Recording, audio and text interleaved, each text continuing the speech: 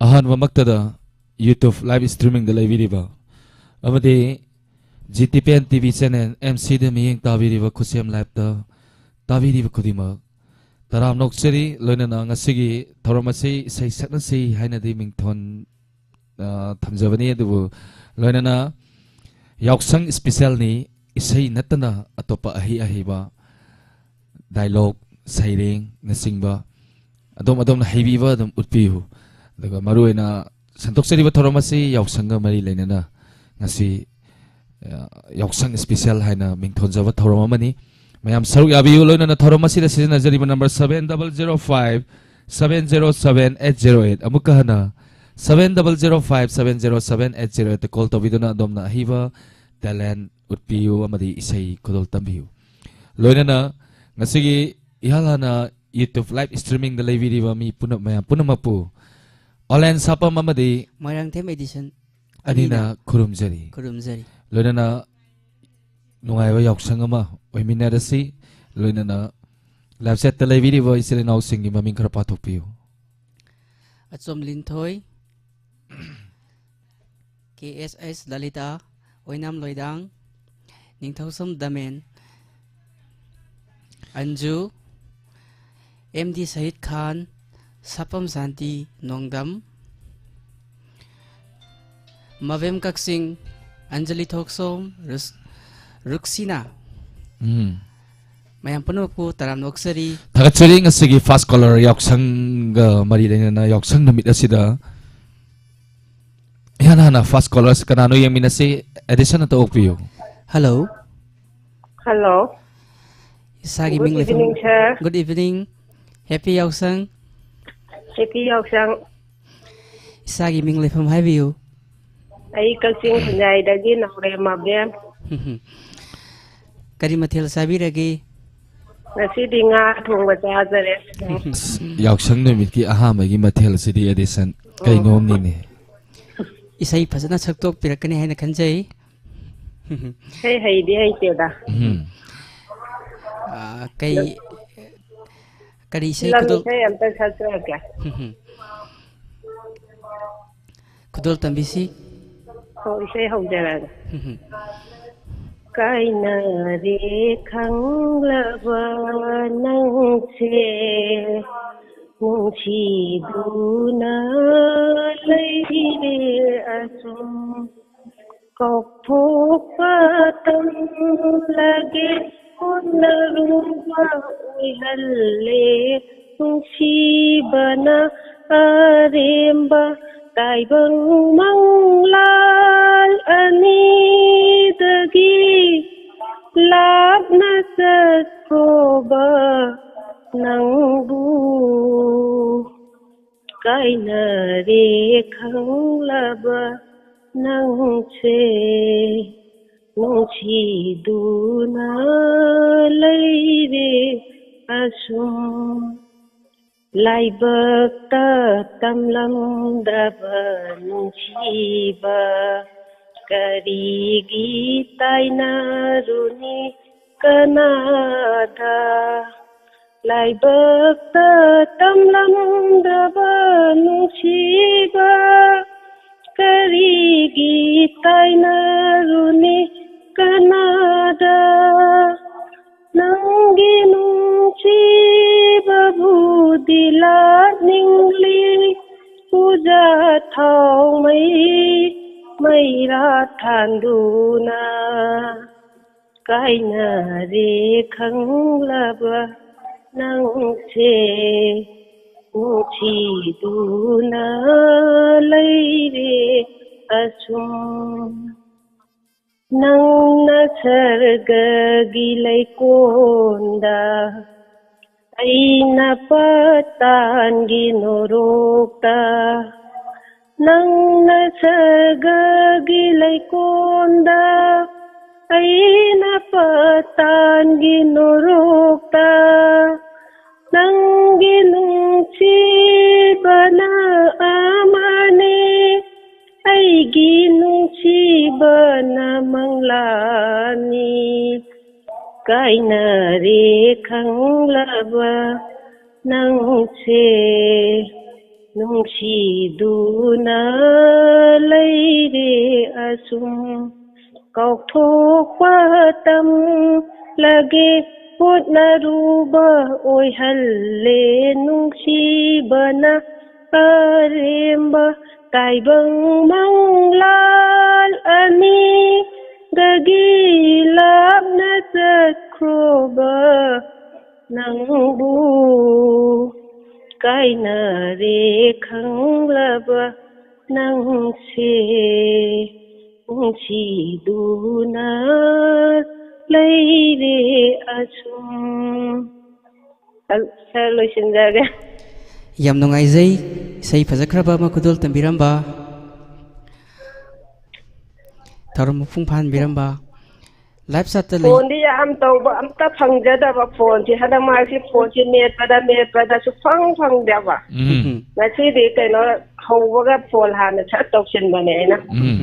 ꯗꯥꯎ ꯌꯥꯗꯅ ꯐꯪꯉꯦ ꯑꯃꯨꯛ ꯇꯧꯕꯗ ꯊꯥꯒꯠꯆꯔꯤ ꯉꯁꯤꯒꯤ ꯗꯥꯏꯃꯟ ꯇꯤꯚꯤꯅ ꯁꯟꯗꯣꯛꯆꯕ ꯊꯧꯔꯝ ꯁꯔꯨꯛ ꯌꯥꯕꯤꯔꯛꯄ ꯑꯃꯗꯤ ꯂꯥꯏꯞ ꯆꯥꯠꯇ ꯂꯩꯕꯤꯔꯤꯕ ꯃꯌꯥꯝꯅ ꯊꯥꯒꯠꯄꯤꯔꯛꯏ ꯁꯤꯅꯔꯕꯥꯏ ꯃꯥꯏꯖꯦ ꯇꯥꯕꯝ ꯁꯆꯤꯔꯥꯅꯤ ꯃꯩꯁꯅꯥꯝ ꯀꯣ ꯑꯗꯨꯒ ꯔꯥꯅꯤꯕꯂꯥ ꯂꯩꯁꯥꯡꯊꯦꯝ ꯊꯥꯡꯖꯝ ꯃꯟꯖꯅ ꯁꯉꯥꯄ ꯃꯟꯖꯟ ꯇꯤꯂꯣꯇꯃꯥ ꯂꯥꯏꯁ꯭ꯔꯝ ꯏꯟꯗꯣꯝꯆꯥ ꯔꯣꯁꯃꯦꯔꯤ ꯂꯥꯏꯞ ꯆꯥꯠꯇ ꯂꯩꯕꯤꯔꯤꯕ ꯃꯌꯥꯝꯅ ꯊꯥꯒꯠꯄꯤꯔꯛꯏ ꯃꯌꯥꯝꯕꯨꯁꯨ ꯊꯥꯒꯠꯆꯔꯤ ꯊꯥꯒꯠꯆꯔꯤ ꯁꯥꯔ ꯊꯧꯔꯝ ꯑꯅꯤꯕꯨꯁꯨ ꯊꯥꯒꯠꯆꯔꯤ ꯊꯧꯔꯝ ꯌꯥꯎꯕꯤꯔꯛꯄ ꯑꯣ ꯊꯥꯒꯠꯆꯔꯤ ꯁꯥꯔ ꯑꯅꯤ ꯀꯩꯅꯣꯝꯇ ꯍꯥꯏꯖꯍꯧꯔꯤꯒꯦ ꯍꯣꯔꯦꯟ ꯏꯁꯩ ꯃꯔꯛꯇꯅꯦ ꯁ꯭ꯋꯥꯃꯤ ꯀꯨꯃꯥꯔꯅ ꯁꯛꯄ ꯏꯁꯩ ꯑꯃꯈꯛ ꯂꯩꯌꯦꯕ ꯑꯩꯅ ꯌꯥꯝ ꯄꯥꯝꯖꯕ ꯍꯥꯏꯕꯤꯌꯨ ꯏꯃꯥ ꯑꯗꯨꯏꯗꯨ ꯑꯃꯨꯛꯇꯪ ꯁꯛꯄꯤꯔꯛꯑꯣ ꯏꯁꯩꯗꯨ ꯀꯩꯅꯣ ꯁ꯭ꯋꯥꯃꯤ ꯀꯨꯃꯥꯔꯒꯤꯅꯦ ꯀꯩꯅꯣ ꯀꯔꯤ ꯀꯥꯎꯊꯣꯛꯈ꯭ꯔꯦ ꯈꯨꯗꯛꯇ ꯌꯥꯝꯅ ꯄꯥꯝꯖꯕ ꯏꯁꯩ ꯀꯥꯎꯊꯣꯛꯈ꯭ꯔꯦ ꯌꯥꯝ ꯄꯥꯝꯖꯕ ꯏꯁꯩ ꯅꯍꯥꯟ ꯑꯍꯥꯟꯕꯗ ꯑꯩꯅ ꯀꯃꯦꯟꯗꯁꯨ ꯏꯕꯅꯦꯕ ꯅꯤꯡꯁꯤꯡꯉꯦ ꯍꯥꯏ ꯁ꯭ꯀꯨꯜ ꯇꯝꯂꯤꯉꯩꯗꯒꯤ ꯅꯨꯡꯁꯤꯅꯖꯔꯛꯄꯤ ꯍꯟꯗꯛ ꯃꯔꯛ ꯀꯣꯂꯦꯖ ꯀꯥꯈꯤꯕꯗꯒꯤ ꯍꯥꯏꯕ ꯏꯁꯩ ꯑꯃ ꯂꯩꯕꯅꯦꯕꯀꯣ ꯑꯗꯨ ꯑꯩꯗꯤ ꯐꯥꯗꯦ ꯑꯦꯗꯤꯁꯟ ꯐꯥꯕꯤꯕ꯭ꯔꯣ ꯗꯥꯍꯣꯂꯦꯟ ꯑꯣ ꯅꯅꯥꯎꯁꯨ ꯐꯖꯗꯦ ꯑꯃ ꯏꯗꯣꯝꯆꯥ ꯃꯊꯪꯒꯤ ꯊꯧꯔꯝꯗ ꯁꯣꯏꯗꯅ ꯈꯨꯗꯣꯜ ꯇꯝꯖꯔꯛꯀꯦ ꯑꯣ ꯃꯊꯪꯗ ꯑꯣꯏꯔꯁꯨ ꯌꯥꯏꯗ ꯑꯝꯇ ꯁꯛꯄꯤꯔꯛꯑꯣ ꯊꯥꯒꯠꯆꯔꯤ ꯉꯁꯤꯒꯤ ꯐꯥꯁ ꯀꯣꯂꯔ ꯑꯣ ꯁꯥꯔ ꯑꯅꯤꯕꯨꯁꯨ ꯊꯥꯒꯠꯆꯔꯤ ꯊꯝꯖꯔꯒꯦ ꯊꯥꯒꯠꯆꯔꯤ ꯑꯗꯣ ꯁꯨꯅꯤꯕꯂꯥ ꯋꯥꯏꯅꯥꯝ ꯏꯇꯩꯃ ꯇꯔꯥꯝ ꯅꯣꯛꯆꯔꯤ ꯀꯣꯏꯁꯅꯥꯝ ꯏꯕꯦꯆꯥ ꯔꯥꯅꯤꯕꯂꯥ ꯂꯩꯁꯥꯡꯊꯦꯝ ꯃꯊꯪꯒꯤ ꯀꯣꯂꯔꯗ ꯈꯨꯗꯣꯡꯆꯥ ꯄꯤꯖꯒꯦ ꯍꯜꯂꯣ ꯍꯜꯂꯣ ꯍꯜꯂꯣ ꯍꯜꯂꯣ ꯇꯔꯥꯝ ꯅꯣꯛꯆꯔꯤ ꯃꯤꯡ ꯑꯃꯗꯤ ꯂꯩꯐꯝ ꯍꯥꯏꯕꯤꯌꯨ ꯁꯤꯡꯅꯩ ꯂꯂꯤꯇꯥ ꯀꯧꯏ ꯎꯝ ꯑꯅꯤꯃꯛ ꯊꯥꯒꯠꯆꯔꯤ ꯂꯥꯎꯠ ꯁ꯭ꯄꯤꯀꯔ ꯊꯥꯕꯤꯕ꯭ꯔꯣ ꯐꯣꯟ ꯍꯣꯏ ꯍꯣꯏ ꯍꯜꯂꯣ ꯌꯥꯔꯕ ꯁꯥꯔ ꯂꯥꯎꯠ ꯁ꯭ꯄꯤꯀꯔ ꯊꯥꯕꯤꯕ꯭ꯔꯣ ꯃꯨꯊꯠꯆꯔꯦ ꯊꯥꯒꯠꯆꯔꯤ ꯉꯁꯤꯒꯤ ꯌꯥꯎꯁꯪ ꯏꯁꯄꯤꯁꯦꯜ ꯊꯧꯔꯝ ꯌꯥꯎꯕꯤꯔꯛꯄ ꯍꯥꯏꯅꯤꯡꯉꯥꯏ ꯂꯩꯇꯅ ꯊꯥꯒꯠꯆꯔꯤ ꯀꯔꯤ ꯃꯊꯦꯜ ꯆꯥꯕꯤꯔꯒꯦ ꯊꯔꯣꯏ ꯆꯥꯖꯔꯦ ꯁꯥꯔ ꯊꯔꯣꯏ ꯀꯔꯤ ꯏꯁꯩ ꯈꯨꯗꯣꯜ ꯍꯣꯏ ꯍꯣꯏ ꯇꯝꯕꯤꯒꯅꯤ ꯏꯁꯩ ꯑꯔꯤꯕ ꯑꯝꯇꯪ ꯈꯨꯗꯣꯜ ꯇꯝꯕꯤꯌꯨ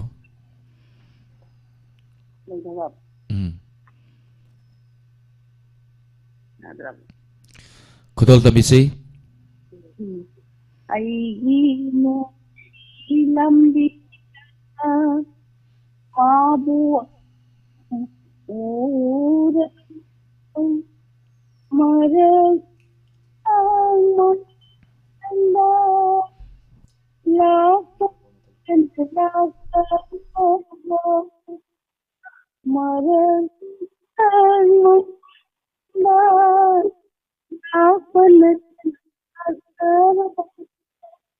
ꯑꯩꯒꯤ ꯂꯝꯕꯤꯗ ꯃꯝꯃꯤ ꯃꯥꯏꯊꯣꯡꯅ ꯈꯨꯏꯗꯨꯅ ꯃꯝꯃꯤ ꯃꯥꯏꯊꯣꯡꯅ ꯈꯨꯏꯗꯨꯅ ꯇꯧꯗꯨꯅ ꯂꯥꯛꯂꯦ ꯑꯩꯍꯥꯛꯄꯨ ꯑꯃꯝꯕ ꯋꯥꯈꯜꯒꯤ ꯃꯪꯂꯥꯟꯗ ꯂꯥꯛꯂꯦ ꯑꯩꯍꯥꯛꯄꯨ ꯑꯃꯝꯕ ꯋꯥꯈꯜꯒꯤ ꯃꯪꯂꯥꯟꯗ ꯑꯩꯒꯤ ꯅꯨꯡꯁꯤ ꯂꯝꯕꯤꯗ Mabuam Uraru Maragu Mahasakar Wapan Nagaro Ainu Silam Dita Iti Kubaida Habal Raga Mala Aiti Kauba Pada Zaman Kauba Hari Wakalda Hari Wakalda Aigi Nusilam Dita Basanta Lapanda Lagi Grama Basanta Lapanda Lagi Grama Injayan Ay Kola Lord Vidha Injayan Ay Kola Hai Aigi Nambida Mabuam Asal loisindal. Sorry, sigasi. Tidak masih ayah ada. Thakachari thorom yabira pa isai so yam phajana khudal tambira me laisram rosni se tilota indom sate to tilota ma aso ngasi je kaino yam shoi gi toisi kamai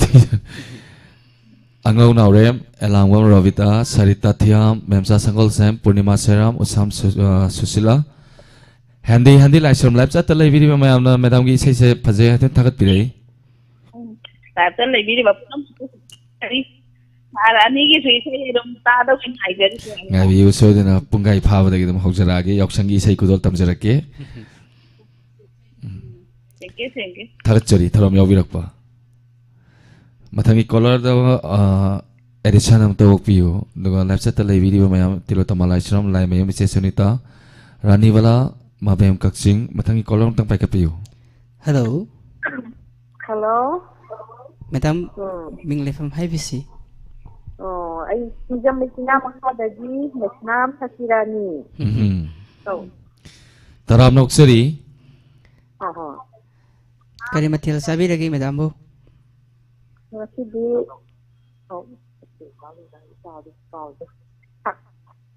Ini nasin baga ngayang di suami Hawaii pa. loudspeaker thabi bro Hello, tadi kayo. loudspeaker thabi bro Tadi, okay kari isai kudol tambi gani ay si kanagi manitu film na ikaw na sige. Why bilas niya sa kwado. Abin.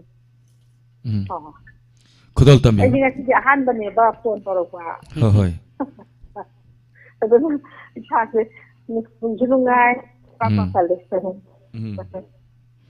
Kasi hora aja di. kudol tambi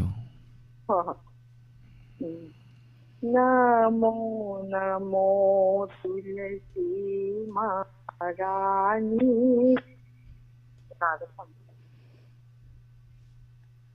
Namo Tulsi Maharani. Khang jagiwa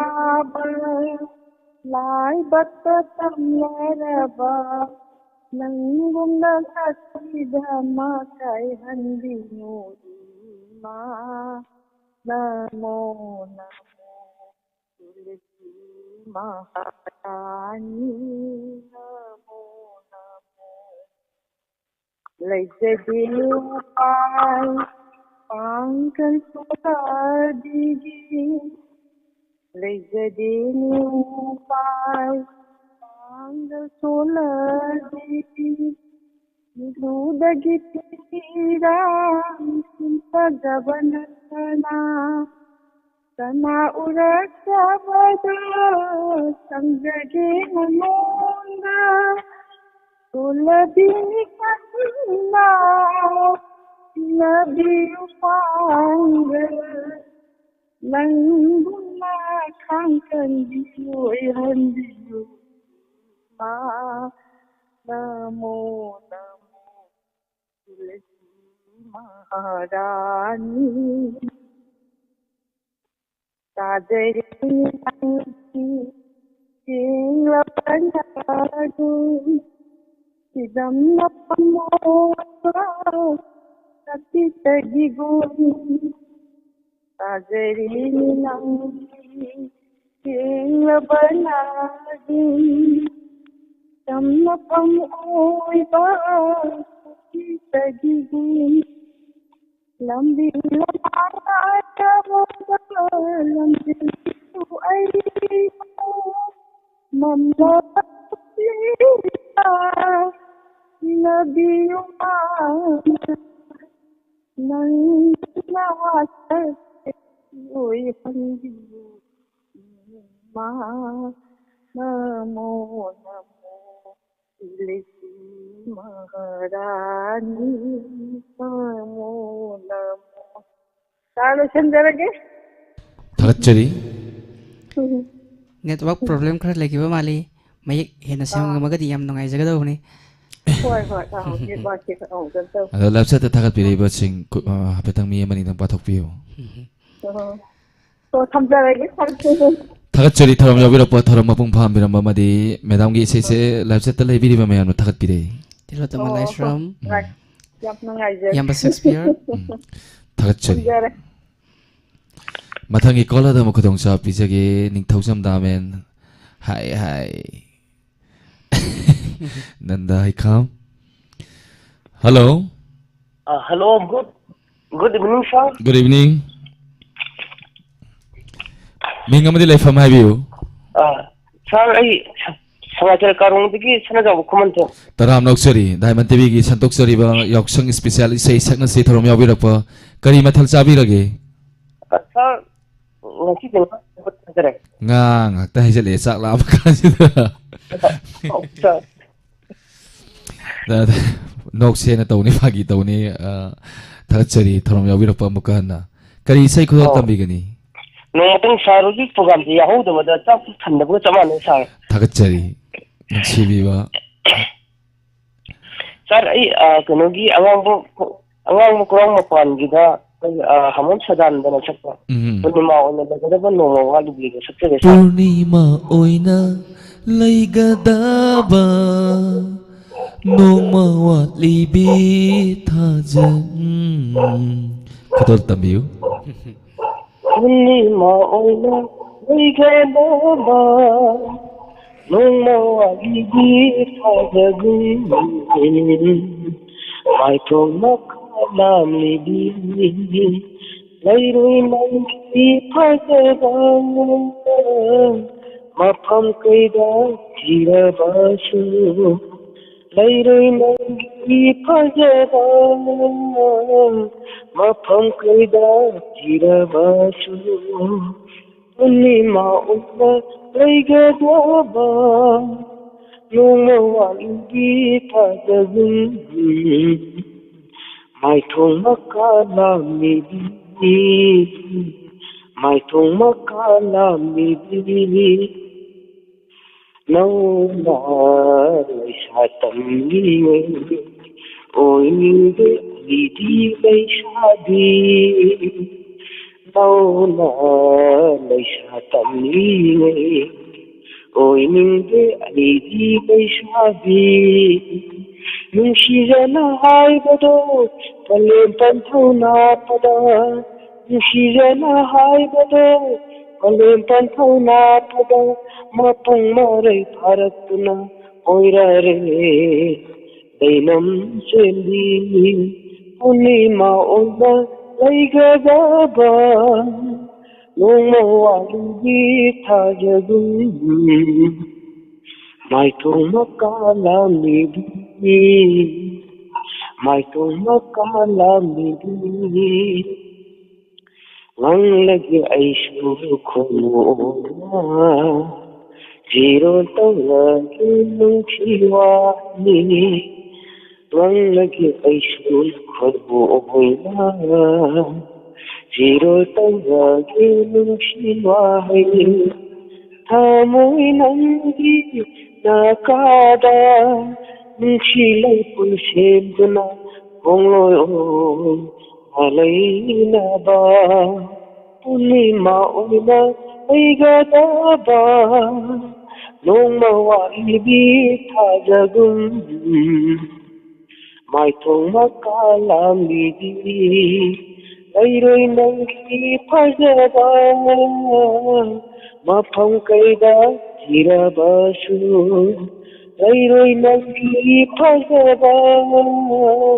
Mapang kayda tirabasu Punima una ay gadaba Nung mawalibi tajagum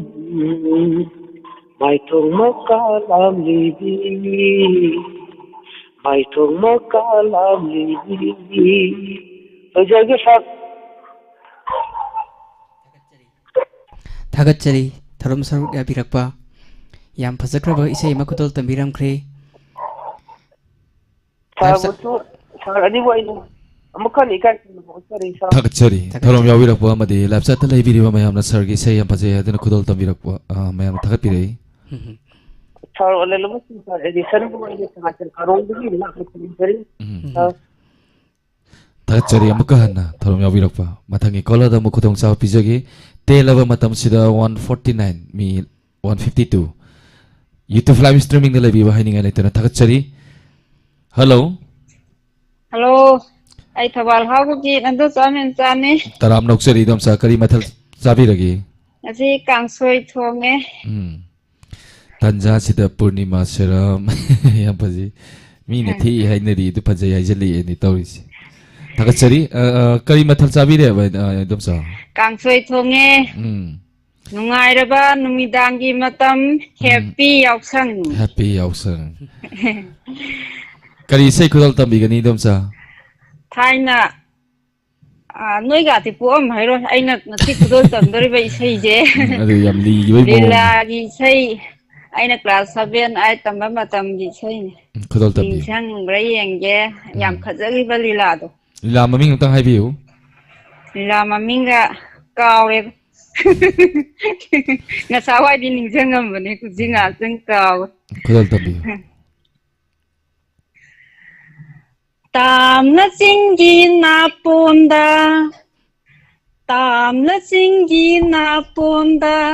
paraba nauraba tizol honduna jagoi sariye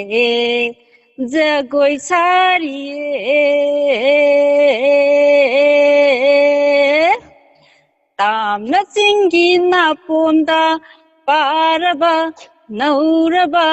tizol honduna jagoi sariye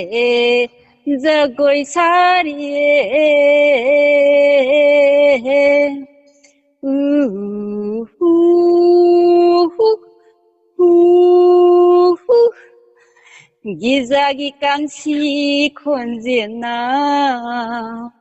jingchali thamoi tatana Gizagi kangsi khonjena jingchali thamoi tatana mahai maro lokliye thawai yokna ba tamna singi na ponda paraba nauraba tizol honduna jagoi sariye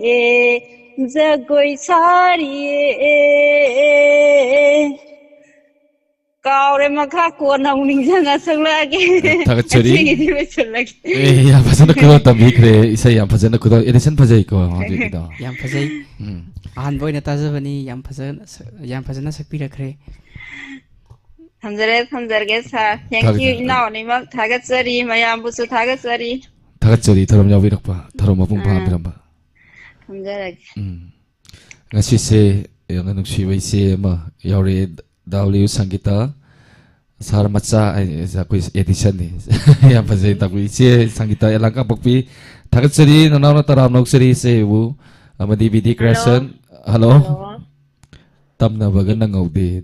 Hello. Isa ni Butaram na uktari. Taram noksari mama busu. Ay di ayam kuire ay say saktaba. Bino mo rang tem Chiang Mai dagi. Tagatsari thoram yawirak wa matam kuira bagi tong de say pajaba makudal tambira kadawa mali. ꯑꯩꯈꯣꯏꯅ ꯑꯉꯥꯡ ꯑꯣꯏꯔꯤꯉꯩꯗ ꯑꯩꯈꯣꯏ ꯅꯥꯟꯗꯩꯕꯝ ꯁꯨꯁꯤꯂꯥꯅ ꯁꯛꯄ ꯏꯁꯩ ꯑꯔꯤꯕꯅꯤ ꯏꯆꯥꯁꯤꯡꯗꯤ ꯇꯥꯕꯨ ꯇꯥꯔꯝꯃꯔꯣꯏꯗ ꯏꯁꯩꯁꯦ ꯁꯛꯂꯛꯀꯦ ꯃꯌꯥꯝꯗ isai howdringa kai mathel sabirage ꯑꯩꯗꯤ ꯉꯁꯤ ꯀꯥꯡꯁꯣꯏ ꯊꯣꯡꯉꯦ ꯏꯔꯣꯜꯂꯦ yauksan kam dawbige ngasi sibo ha yauksan kamai tawbige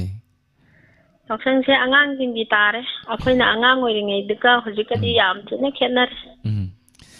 Tagatsari amuka hana isai khudal tambiyo hawjarage dudi ko nangbu mirajati aina aibulana laukigadu thabu Tharona mirai dar aibulana laukigadu Nangbu mirajati aina aibulana laukigadu Wakhidar thambana Kurau masung lagi gama Asibu nana khangdi daba Ai di kari oirashige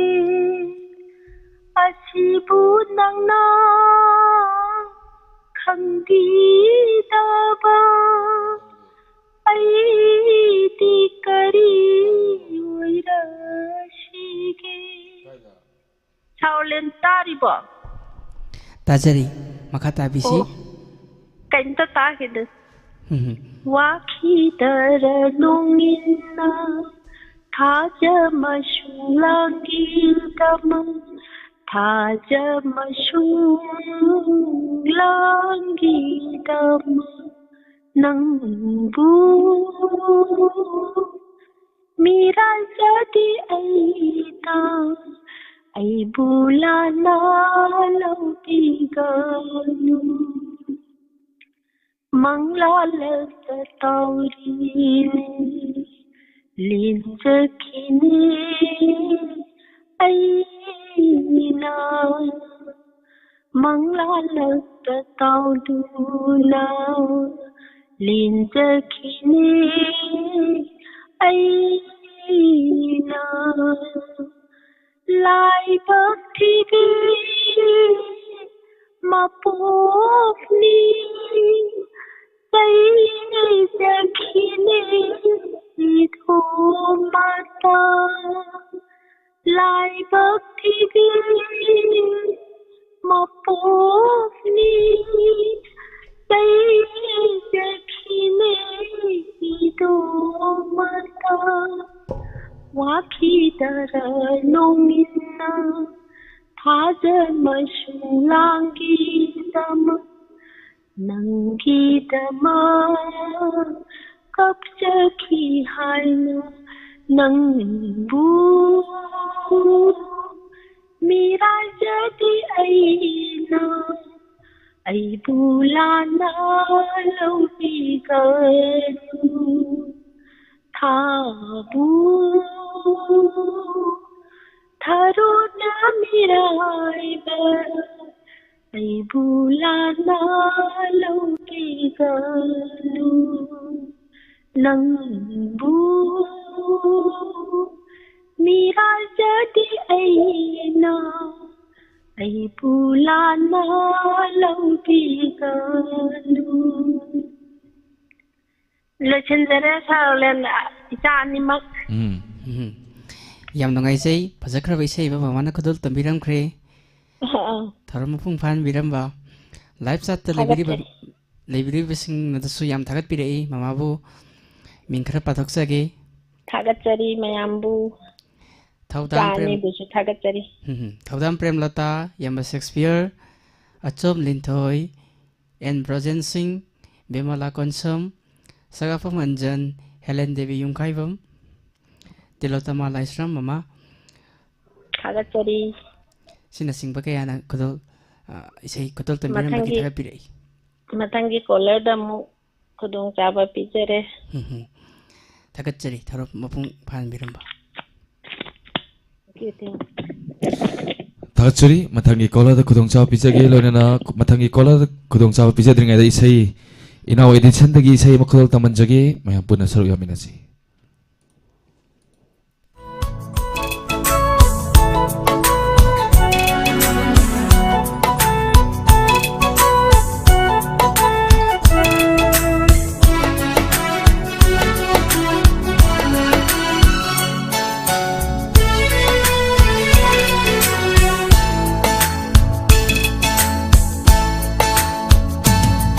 Nangi mo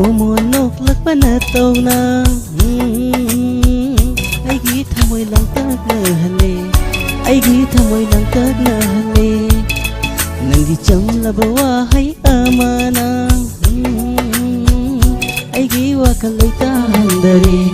ay giwa kalay tahan dari asirane nung shiba hay bado ay gita mo'y pungaw-ngaw hali 하이 하이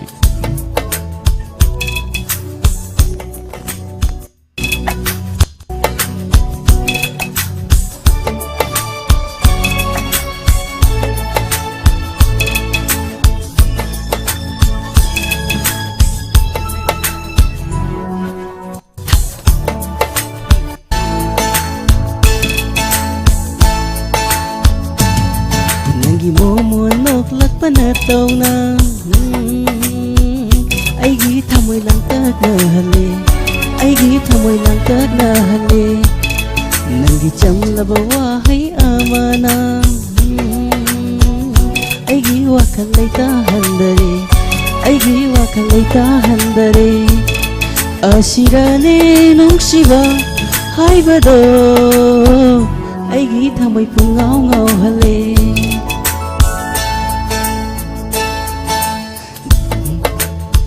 Tao na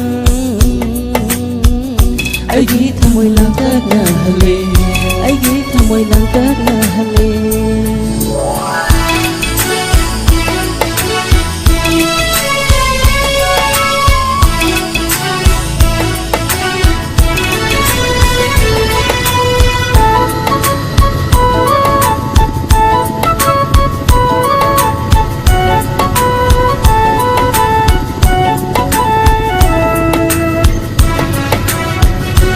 Dia lawan mata masih kami sani gatra mga live streaming live ini hanya ada terlihat sani.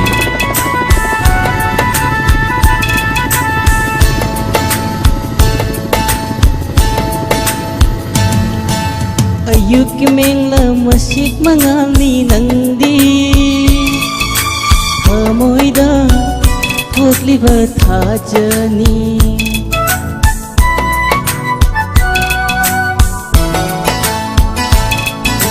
Ayuk kimeng la masik mangali nang di Amoy da hotli batha jani Hingli ay na nang tagi oy na hingli ay na nang tagi oy na tham jage nang tabo sit na thamoy nung da ying jage nung si na ho nung si vi nangi satam se Nangi mo nok lak panataw na ay gita mo'y lang tag na hali ay gita mo'y lang tag na hali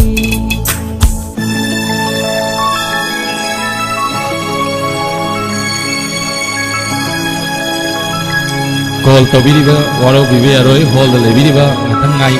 waro biroi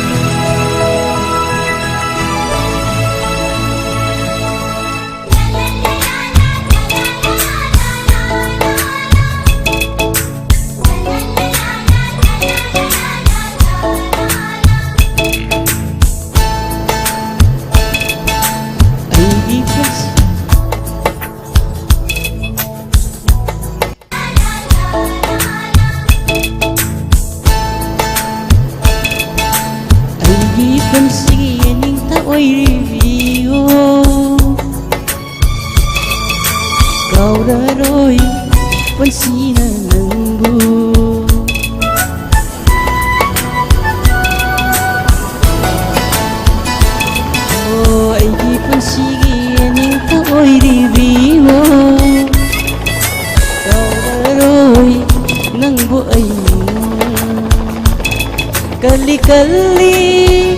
nung sige itil se Kali kali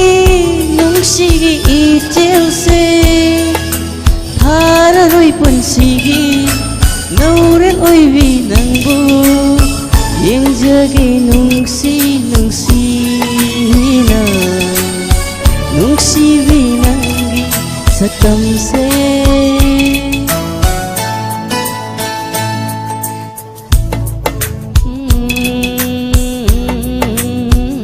Aigi thamoy lang tag na hali Aigi thamoy lang tag na hali Nanggi cham na bawahay amana Aigi wakalay tahan dare Aigi wakalay tahan dare Ashirane nung shiba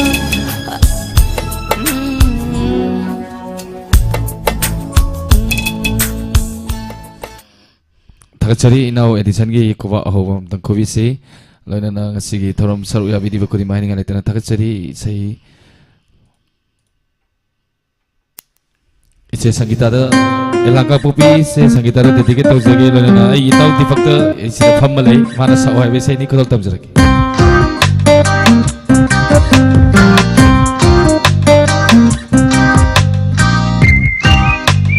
lam toina de sang ko sei ni ai tao gì lá phâm lốt tu na thầm là đơ ra tụi mình đã sống này là đơ ra thầm môi đã phao đang ly và nung si ba cận lù ba đã cho mâm này lốt tu na thầm là đơ ra tụi mình đã sống này là đơ ra thầm môi đã phao đang ly và nung si ba Kalubada chamam nei uke sama faza bi fauri nan musiba nang imino se angat pani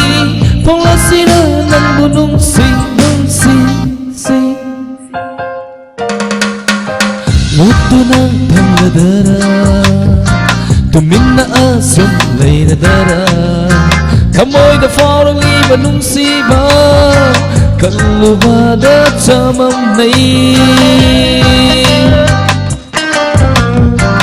Gol hol to se mini manga sut tane sulu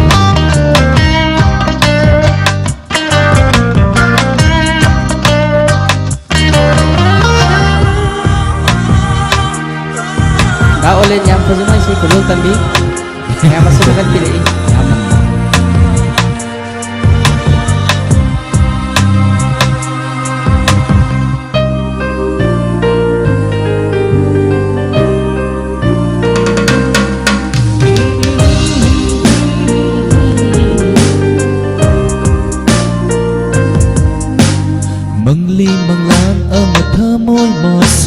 Manglan si desu nang nalak na biri Mangli manglan ang mathamoy masu Manglan si desu nang nalak na biri Mai to masu oy nari katma da haraw zeri Thamoy masu momo no tu na khang zeri Kang iwa magdadi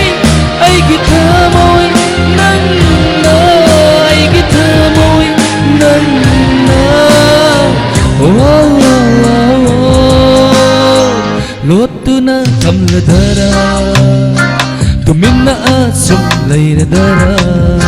ꯊꯃꯣꯏꯗ ꯐꯥꯎꯔꯛꯂꯤꯕ ꯅꯨꯡꯁꯤꯕ ꯈꯜꯂꯨꯕꯗ ꯆꯃꯝꯅꯩ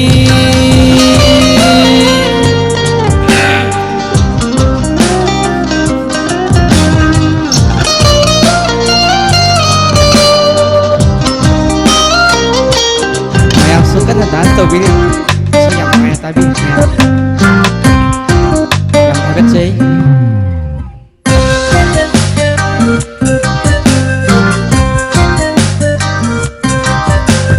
ꯅꯣꯡꯗꯝꯕ ꯅꯪꯕꯨ ꯑꯃꯨꯛꯇꯗꯤ ꯁꯦꯝꯕꯤꯌꯨ ꯅꯨꯡꯁꯤꯒꯤ ꯂꯝꯕꯤꯗꯣ ꯅꯣꯡꯗꯝꯕ ꯅꯪꯕꯨ ꯑꯃꯨꯛꯇꯗꯤ ꯁꯦꯝꯕꯤꯌꯨ ꯅꯨꯡꯁꯤꯒꯤ ꯂꯝꯕꯤꯗꯣ ꯆꯥꯅꯕꯤ ꯅꯐꯝꯗ ꯇꯝꯕꯤꯌꯨ ꯅꯍꯥꯛꯅ ꯊꯃꯣꯏꯒꯤ ꯃꯄꯥꯎꯁꯦ ꯑꯩꯅ ꯃꯥꯕꯨ ꯅꯨꯡꯁꯤ ꯆꯥꯅꯕꯤ ꯅꯐꯝꯗ ꯇꯝꯕꯤꯌꯨ ꯅꯍꯥꯛꯅ ꯊꯃꯣꯏꯒꯤ ꯃꯄꯥꯎꯁꯦ ꯑꯩꯅ ꯃꯥꯕꯨ ꯅꯨꯡꯁꯤ ꯀꯅꯥꯁꯨ ꯂꯩꯇꯅ ꯑꯩꯅ ꯃꯥꯕꯨ ꯅꯨꯡꯁꯤꯔꯨꯔꯦ ꯂꯣꯠꯇꯨꯅ ꯊꯝꯂꯗꯔꯥ ꯇꯨꯃꯤꯟꯅ ꯑꯁꯨꯝ ꯂꯩꯔꯗꯔꯥ ꯊꯃꯣꯏꯗ ꯐꯥꯎꯔꯛꯂꯤꯕ ꯅꯨꯡꯁꯤꯕ ꯈꯜꯂꯨꯕꯗ ꯆꯃꯝꯅꯩ ꯎꯈ꯭ꯔꯦ ꯆꯥꯝꯃ ꯐꯖꯕꯤ ꯐꯥꯎꯗ꯭ꯔꯦ ꯅꯪꯃꯨꯛ ꯅꯨꯡꯁꯤꯕ ꯅꯪꯒꯤ ꯃꯤꯅꯣꯛꯁꯦ ꯑꯉꯛꯄꯅꯤ ꯄꯣꯡꯂꯁꯤꯅ ꯅꯪꯕꯨ ꯅꯨꯡꯁꯤ ꯅꯨꯡꯁꯤ ꯂꯣꯠꯇꯨꯅ ꯊꯝꯂꯗꯔꯥ ꯇꯨꯃꯤꯟꯅ ꯑꯁꯨꯝ ꯂꯩꯔꯗꯔꯥ ꯊꯃꯣꯏꯗ ꯐꯥꯎꯔꯛꯂꯤꯕ ꯅꯨꯡꯁꯤꯕ ꯈꯜꯂꯨꯕꯗ ꯆꯃꯝꯅꯩ ꯈꯜꯂꯨꯕꯗ ꯆꯃꯝꯅꯩ ꯈꯜꯂꯨꯕꯗ ꯆꯃꯝꯅꯩ ꯌꯥꯝ ꯐꯖꯅ ꯈꯨꯗꯣꯜ ꯇꯝꯕꯤꯔꯝꯈ꯭ꯔꯦ ꯗꯥꯎꯂꯦꯟ ꯂꯥꯏꯞ ꯆꯥꯠꯇꯁꯨ ꯌꯥꯝ ꯊꯥꯒꯠꯄꯤꯔꯛꯏ ꯖꯒꯣꯏ ꯁꯥꯕꯁꯨ ꯃꯌꯥꯝ ꯌꯥꯎꯕꯤꯔꯤ ꯈꯨꯕꯥꯛ ꯈꯨꯕꯁꯨ ꯊꯥꯒꯠꯆꯔꯤ ꯉꯁꯤ ꯇꯦꯜꯂꯕ 46 ꯃꯤꯅꯤꯠꯇ ꯃꯤ 294 ꯌꯨꯇ꯭ꯌꯨꯕ ꯂꯥꯏꯚ ꯁ꯭ꯇ꯭ꯔꯤꯃꯤꯡꯗ ꯂꯩꯕꯤꯔꯤ ꯑꯗꯨꯕꯨ ꯉꯁꯥꯏꯗꯤ ꯀꯣꯜ ꯄꯥꯏꯔꯤꯁꯤꯗꯤ ꯏꯁꯧ ꯑꯃꯗꯤ ꯂꯥꯡꯉꯛꯑꯅꯤ ꯃꯌꯥꯝ ꯌꯦꯡꯃꯤꯟꯅꯁꯤ ꯏꯁꯧ ꯂꯥꯡꯕꯤꯔꯛꯇꯕ ꯍꯥꯏ ꯍꯥꯏ ꯍꯜꯂꯣ ꯍꯜꯂꯣ ꯍꯥꯏ ꯍꯥꯏ ꯃꯃꯥ ꯏꯁꯧ ꯂꯥꯡꯉꯣꯌꯦ ꯑꯩ ꯍꯩꯕꯣꯡꯕꯤꯗꯒꯤ ꯏꯕꯦꯝꯆꯥ ꯏꯕꯦꯝꯆꯥ ꯅꯤꯡꯊꯧꯖꯝ ꯇꯔꯥꯝ ꯅꯣꯛꯆꯔꯤ ꯃꯃꯥ ꯑꯣ ꯗꯥꯏꯁꯇ ꯂꯦꯡꯁꯤꯟꯕꯤꯔꯤꯕ ꯏꯆꯥ ꯄꯣꯂꯦꯟ ꯏꯆꯥ ꯏꯗꯤꯁꯜ ꯃꯃꯥꯅ ꯀꯥꯏ ꯈꯨꯝꯅꯕꯒ ꯂꯣꯏꯅꯅ ꯑꯩꯈꯣꯏ ꯏꯁꯩ ꯑꯃꯈꯛꯇꯪ ꯉꯁꯤꯗꯤ ꯅꯣꯏꯒ ꯄꯥꯕꯨꯡꯗꯣ ꯑꯩꯅ ꯏꯁꯩ ꯑꯃꯈꯛꯇꯪ ꯁꯛꯎꯅ ꯑꯩꯅ ꯀꯟꯅ ꯍꯥꯏꯗꯅ ꯏꯁꯩ ꯑꯃꯈꯛꯇꯪ ꯂꯥꯟꯊꯣꯛꯆꯟꯒꯦ ꯇꯧꯕꯅꯤ ꯄꯥꯕꯨꯡꯅ ꯁꯛꯄꯤꯔꯛꯇꯣꯏꯔꯣ ꯏꯁꯩꯁꯦ ꯇꯥꯕꯤꯌꯨ ꯑꯩꯅꯗ ꯄꯛꯁꯛꯇ ꯁꯛꯑꯦꯕ ꯅꯣꯏ ꯄꯥꯕꯨꯡꯗꯤ ꯁꯨꯛꯁꯛ ꯁꯛꯇꯦꯕ ꯉꯁꯤ ꯑꯩꯅ ꯄꯥꯕꯨꯡ ꯁꯛꯎꯅ ꯃꯥ ꯍꯩꯇꯦ ꯁꯛꯎꯅ ꯁꯛꯍꯜꯂꯛꯀꯦ ꯑꯗꯨꯅ ꯍꯩꯔꯁꯨ ꯍꯩꯇ꯭ꯔꯁꯨ ꯏꯆꯥꯅ ꯍꯩꯇꯕ ꯄꯥꯕꯨꯡꯅꯤ ꯈꯜꯂꯒ ꯇꯥꯕꯤꯕ ꯂꯥꯏꯇ ꯑꯃ ꯂꯩꯔꯤ ꯃꯌꯥꯝꯅꯁꯨ ꯉꯥꯛꯄꯤꯌꯨ ꯍꯥꯏꯅ ꯃꯃꯥꯅ ꯍꯥꯏꯖꯔꯤ ꯑꯣ ꯁꯛꯍꯜꯂꯒꯦ ꯁꯛꯍꯜꯂꯒꯦ ꯄꯥꯕꯨꯡ ꯑꯃꯨꯛꯇꯪ ꯄꯥꯏꯍꯟꯕꯤꯌꯨ ꯍꯜꯂꯣ ꯄꯥꯕꯨꯡ ꯀꯔꯤ ꯃꯊꯦꯜ ꯆꯥꯕꯤꯔꯒꯦ ꯉꯁꯤꯗꯤ ꯏꯟꯖꯥꯡꯁꯤ ꯌꯦꯜ ꯊꯣꯡꯉꯝꯃꯦ ꯏꯆꯥ ꯅꯨꯄꯥꯅ ꯀꯩꯅꯣꯝꯅꯤ ꯄꯥꯕꯨꯡ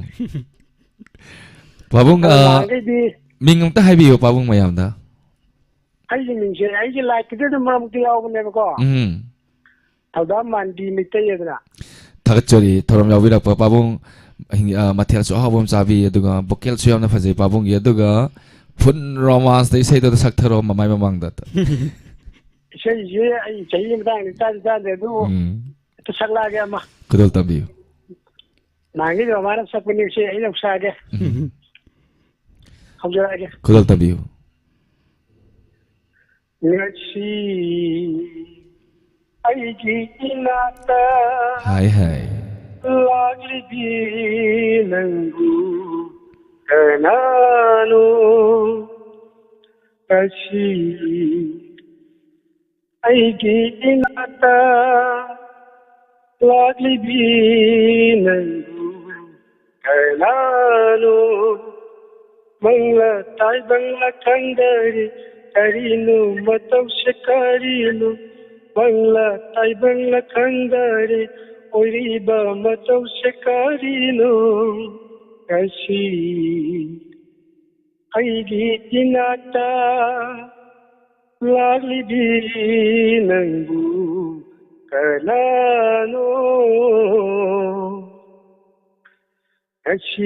ꯑꯁꯤꯒꯨꯝꯂ ꯅꯨꯡꯉꯥꯏꯔꯕ ꯃꯪꯂꯥꯟꯁꯤ ꯃꯤ ꯀꯠꯊꯣꯛꯄ ꯂꯩꯇꯅ ꯃꯊꯪ ꯃꯟꯊꯕꯤꯌꯨ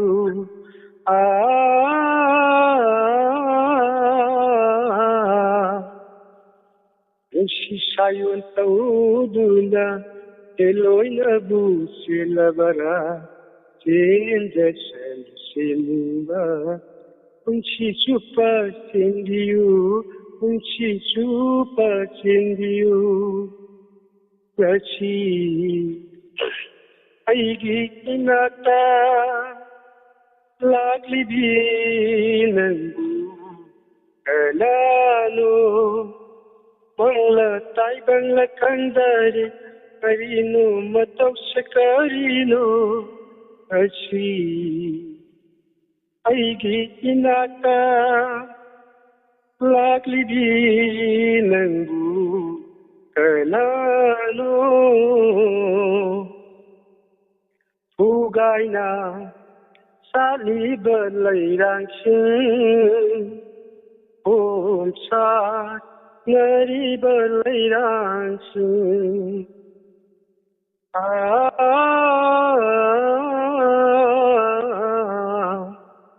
ꯅꯨꯡꯁꯤꯔꯕ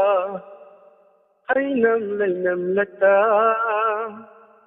ꯀꯠꯉꯥꯎꯅꯅ ꯄꯥꯏꯔꯤꯕ ꯈꯣꯏꯃꯨꯁꯤꯡ ꯃꯈꯣꯏꯁꯨ ꯑꯩꯒꯨꯝ ꯀꯛꯉꯥꯎꯅꯔꯦ ꯃꯈꯣꯏꯁꯨ ꯑꯩꯒꯨꯝ ꯀꯛꯉꯥꯎꯅꯔꯦ ꯉꯁꯤ ꯑꯩꯒꯤ ꯏꯅꯥꯛꯇ ꯂꯥꯛꯂꯤꯕꯤ ꯅꯪꯕꯨ ꯀꯅꯥꯅꯣ ꯂꯔꯁ ꯃꯆꯥ ꯍꯥꯏꯕꯤ ꯂꯩꯆꯔꯒꯦ ꯄꯥꯕꯨꯡꯒꯤ ꯌꯥꯝ ꯐꯖꯩ ꯄꯥꯕꯨꯡ Isay yam phajana ko ꯂꯥꯛꯈꯤꯕꯗꯨ ꯏꯆꯥꯁꯤꯗ ꯉꯥꯛꯄꯤꯌꯣ ꯂꯥꯏꯠꯇ ꯂꯩꯕꯤꯔꯣ ꯃꯌꯥꯝꯅ kaimta soiba leite pabong aduga isay yam phajana khudol tambire mamana ngahande losala thamle rame isay yam phajana khudol tambire aduga live set ꯃꯃꯥꯅ le ꯑꯩꯁꯦ ꯁꯧꯗꯤ ꯅꯨꯡꯉꯥꯏꯕ ꯑꯩꯁꯦ ꯈꯣꯟꯖꯦꯜꯁꯦ ꯀꯌꯥ ꯅꯨꯡꯉꯥꯏꯕ ꯏꯁꯩꯗ ꯌꯥꯝ ꯄꯥꯝꯖꯕ ꯑꯗ ꯂꯝꯕꯤꯗꯤ ꯄꯪꯉꯪ ꯆꯠꯄ ꯌꯨꯝꯗꯁꯨ ꯌꯥꯝ ꯉꯪꯉꯦ ꯑꯗꯣ ꯃꯃꯥꯅ ꯏꯁꯩ ꯉꯥꯡꯃꯜꯂꯦ ꯅꯪ ꯁꯤꯗꯪ ꯁꯛꯑꯣꯅꯦ ꯑꯩꯁꯨ ꯉꯁꯤꯗꯤ ꯁꯔꯨꯛ ꯌꯥꯒꯦꯅ ꯇꯧꯕꯁꯨ ꯌꯥꯔꯛꯏꯅꯦ yam phajana khudol tambire haringa leitena thakachari loinana joy moirang them sanathoi longjam S surjamani hai Gayatri Engkhom Rani Bala Laisang them Ranjana Hijam Helen Devi Mama Bimula Konsom Laisat Leviri mayamna thagipire pabungi isai ꯃꯌꯥꯝ ꯁꯣꯏꯅ ꯏꯀꯥꯏ ꯈꯨꯝꯅꯧꯁꯟ thagachari thorom yaubirapwa mathangi kola da khudong sa pisage loina thoibi devi taram noksari MD Said Khan Rahun SS Joy Moirang them taram noksari Saubi Puyam taram noksari Ronika Laisang them Gayatri Engkhom Mama Bemhal taram noksari mathangi kola da khudong sa pisari Hello Hello sir Tajay madam ki ming lefam hai pisi sir Olen sir edition anawado taram noksari thagachari animakko isa ki ming lefam hai pisi madam ngasi happy yausang ngasi ahauba purnima numit happy yaksam ai mayam gi kuma yaugena unadaba kuirena sar Olense nahamo listener meet lakmanda ju wari sanaba phanghaudre hai medhani kai wai phabi ho ai hodra sal aina ai kenode full sabam tampha ana khurkhundagi isai ama aisu mayam marakta kha yaujage dawne phone je dum tawdi taw thamgaba tara thaba kha suba yen kha thakpa taw leiba ai thagachari thorom yaubirakwa kari sei khudol tambigani aise ariba isai ama amuk tawbe khudol tambiu ha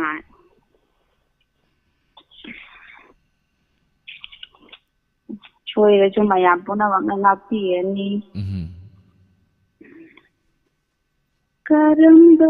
yuki Kaukraba ainda mangkiba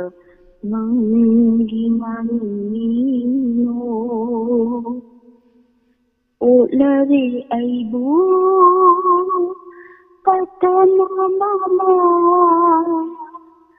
hai kham kham di kari oini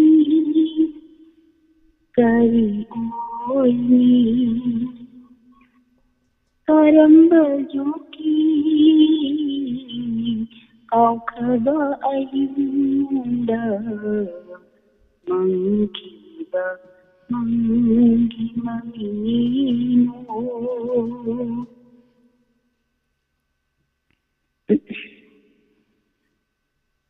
napada jirolei tomin malam nandana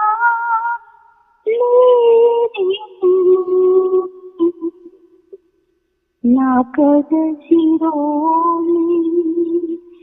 tomin malam nandana lekin noma taglandana tari oi thauba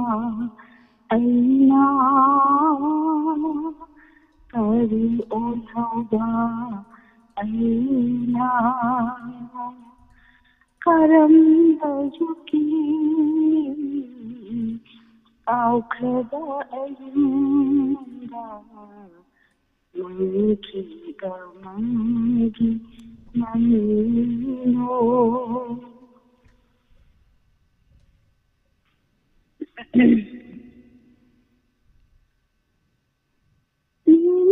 Bana thaya wala madumeta tari khari tari hairi kabhi bara aljidama kabhi bara aljidama karamba juki kaukhaba ainda mangkiba mangi manino ulari aibu tatana mana hai kham kham di kari oini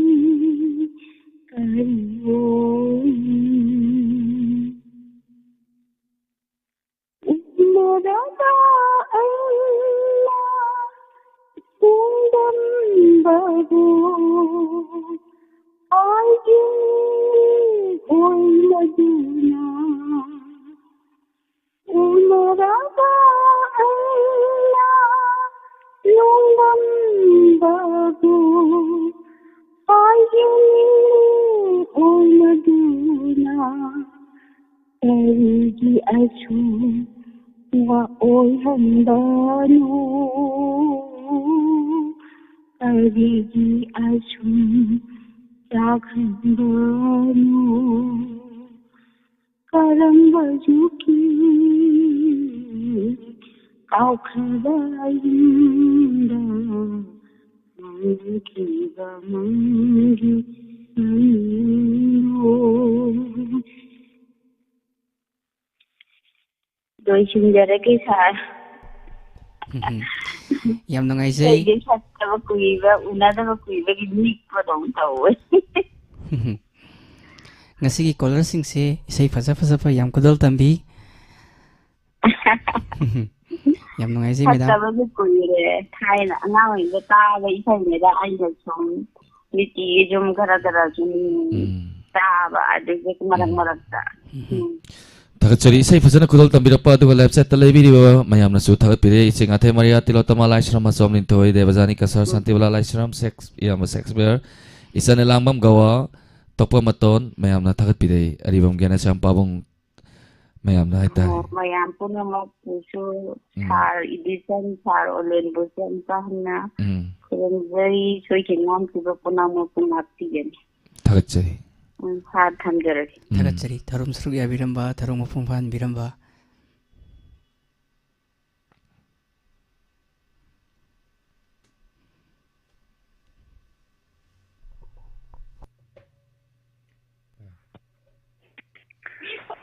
Good evening, sir. Hello good evening Isa gaming lefam haibiu Sir, Somananda. Walege. Sai sing sabira pro sarbu Sajare, sir. Kari mathel sabira ge sir Sir, Iromba Maka. Ngangobanga. Yam harang le biramba male sir se Moja Jay Manga, Matunga Yang Yao Hong Harawan. chahi mangagi matungda Sir. ke thagat chari mohana nuksibirakpa Diamond TV na santok chari ba thorambo nuksibi ba haini ngari tena thagat chari kari sai khudol tabi gani Sir, Sojan bi sama ngati to wasi mate sir. Yamna fajakra bisai ni marakta kenomta sengtok chauge comment se mayam loina pa ba nangde waro biroi loina na mi amana isai salakpada thagat tradi nongaite haibagi live chat ta thagat pirei basing au ba jaga tare comment se pirak pa se loi siang kha khioni na han mamang da pirak pa isai loira matung da pirak pa comment sing di u doi ni hanjan de dum par pa se yawi comment toina iba kangu de dum toina no kena tau de ni waro biroi si thana da ba yawar chu live chat ta hoji YouTube live streaming da mi chani ga humpu hum doi le mi yang khai di comment irang gani mi yang khai comment iba se loina patok man nang da ba isai ngai de comment pa ba de ya de aduga isai ngai da comment se dum chien manina dum ba ban nang uda basu yawi mayam na waro biroi Diamond TV bu nungsibi duna thorom saruk ya biri ba khudima online sapa ma de Mairang tem edition taram na oksari loina na thorom bus mapung phan diri ba khuni mak basu thagat chari kai sai kurol tambi gani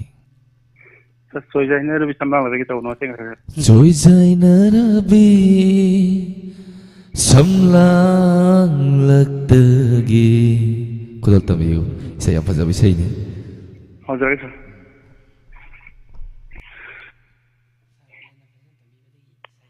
Sojan Rabi samlang lakagi lona yang lakpa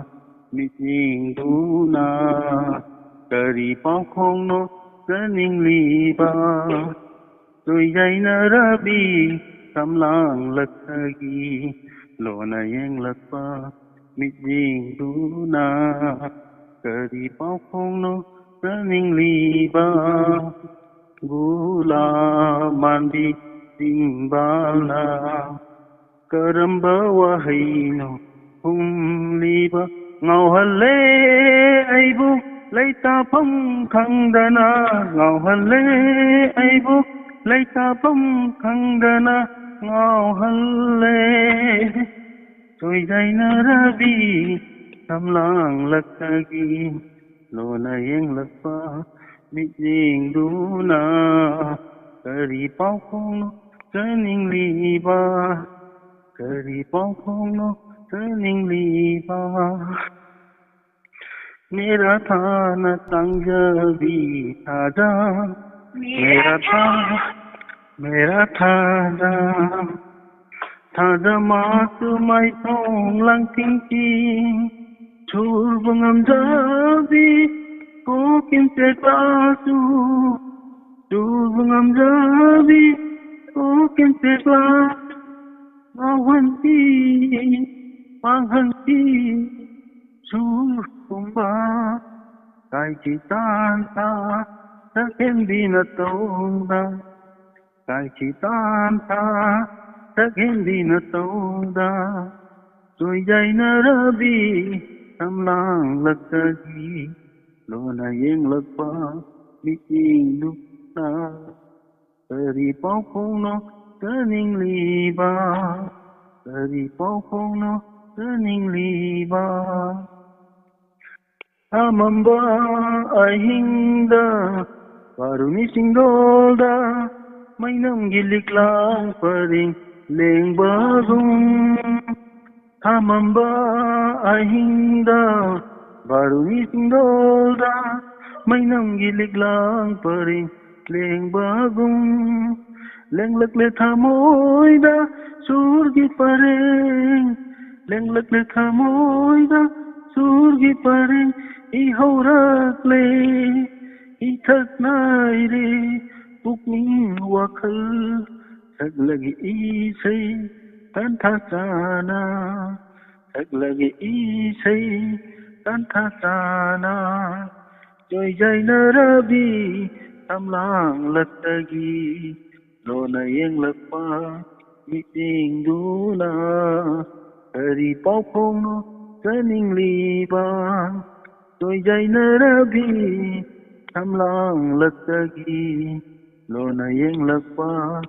mi ting duna hari pau phong no kaning liba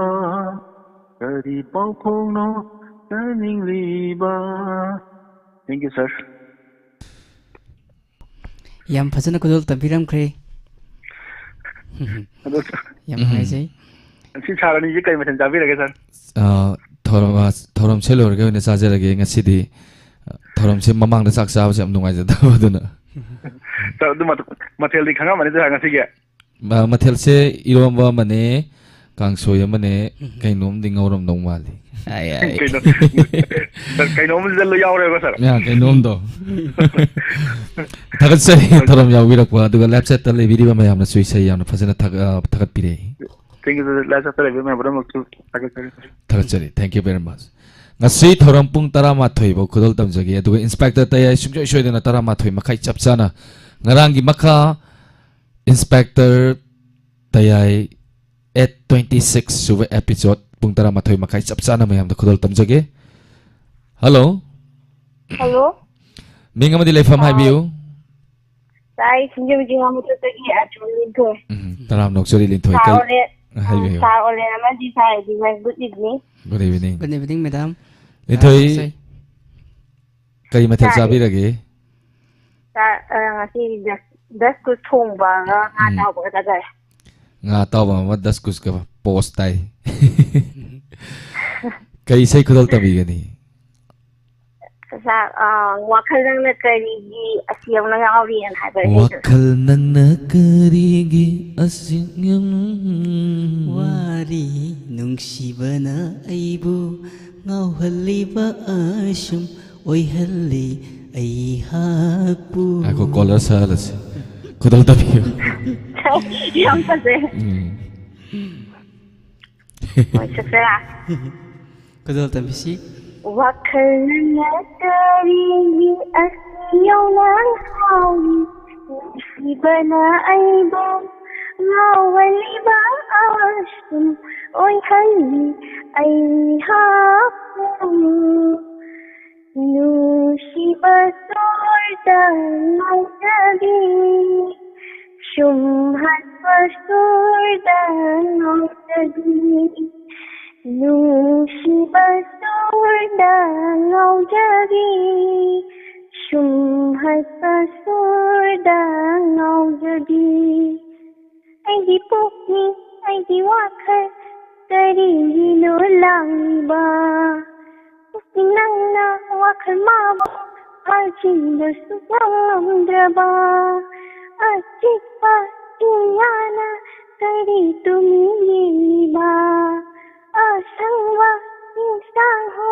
na koi na kari khali ba hauna sani hauna sa nushi bagi hauna sa kauna dani amna nushi bana audadi Nushibana ngauhaladi ngaudi ngaudi wakhalana nushibana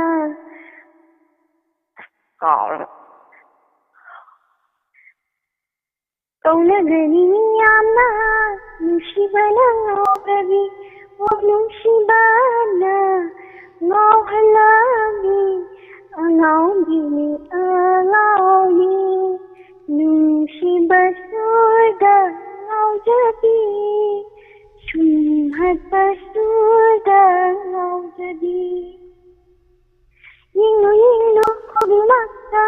nahataboni manglasu taibangsu manakadalani iyatapna layramba ayi pukning wakhal pothafam kanghande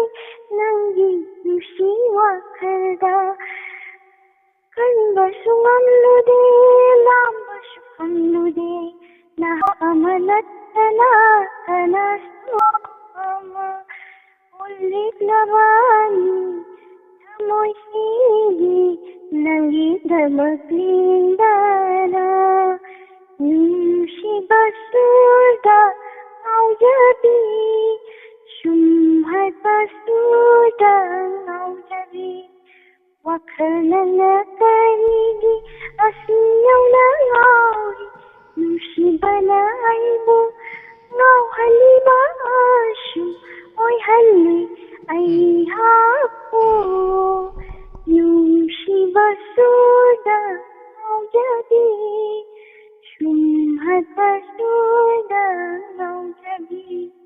Nushibasuda ngaujabi Shumhat basuda ngaujabi 다시 열리시네. 다 같이 린토이. Hello. Tajay. Hello. Madam Tajay. Sa 열리시네. Pakatana may kaawri. Ay masatana. Madam ko tingazaba yam nung ay comment sa yam tayo uzay madam. Yamna kuigi 린토이 제. kami num thoron thawa yawi ba. Miyam katani isan kaudere kai chahi kya shobi lagi. Tajay 13 khile. Ha. 30 khile. Isal kaurge ade isal se dum thorom sida haitare. Dum thawa yawi ba makhakni. Thakachari 린토이 제 yam pajana kulol tambire amba S.I. Surjamani, Doren Moirang Tem, Helen Devi, Yungkai Bim, Somananda, Okram, Ratana Gurumayam Nene, Gayatri and Kom Yama Shakespeare, Maven Kokching, Lapsat Levi, Mayama Tagat Piri. Thank you, Lintoi. Tagachari, Taram Yagur. Matang City, Edison, the Isay Makudol Tamanjarake, the color Natang Hall Levisi. Daulen Puna Saminas. Puna mani ni.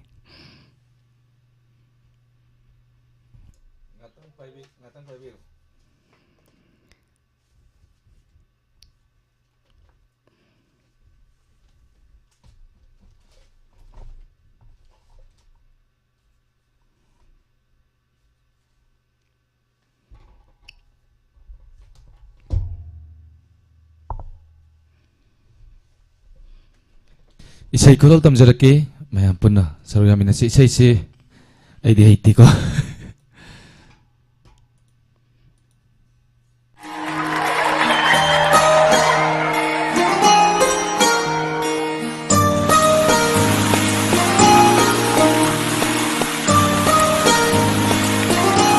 Yapsan ki milik kamari ni na mayam na kudol tamjage. Sakhi lang sabay awas mayam na tigani.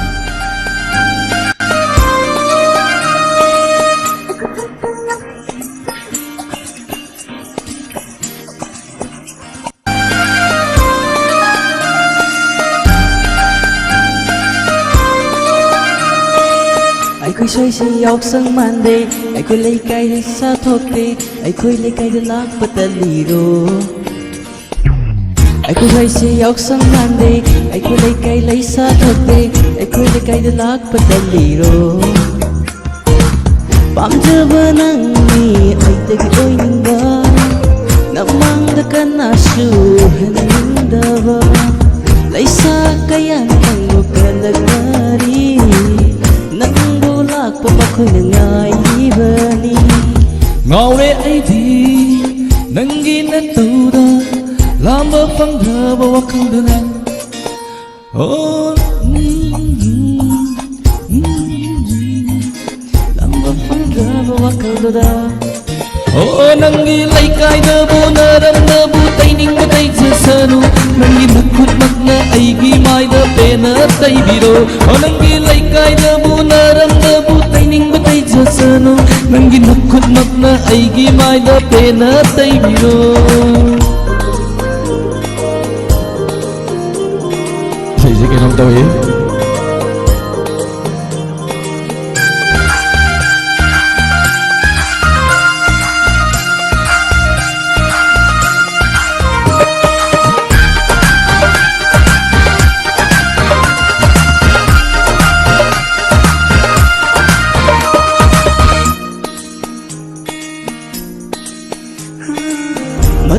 kaya nangbu ngairakpa ngaibay matam ngasi oiraba sahi kaya nangbu ngairakpa ngaibay matam ngasi oiraba Hey nangbu nuksiradi lemna mangun mangjaba mangjuradi aise nangi oigani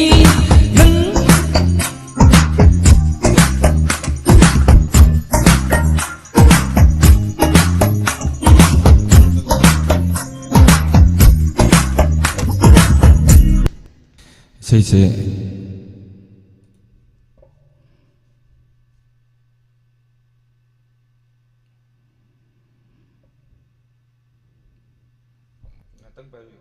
Warabiro isay karaoke se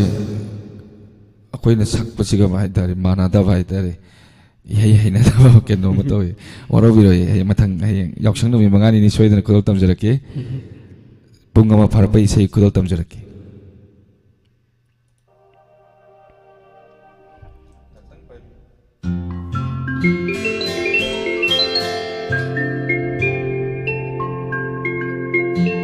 trôi chạy nở rabi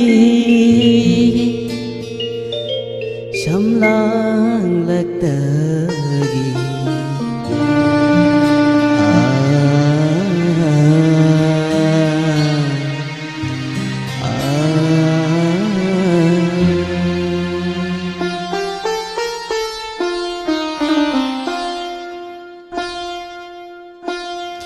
trôi chạy nở rabi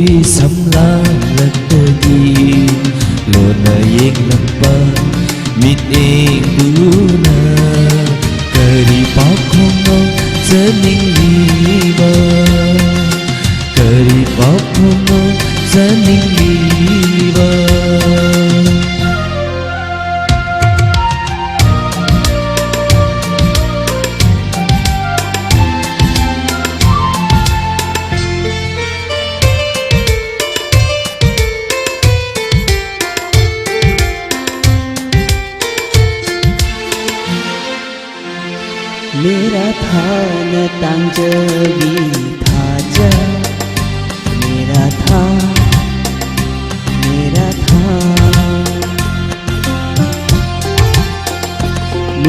था न तांजवी था जा माशु mai thong lang singi surgu namjavi ko kinsikla surgu namjavi ko kinsikla kau hanki maghanki surgumba sahendi na tora kai thi dan tha sahendi na tora Rồi dài narabi samlang rattagi lona yeng latpa mit ekuna kari pakhono janing liba kari pakhono janing liba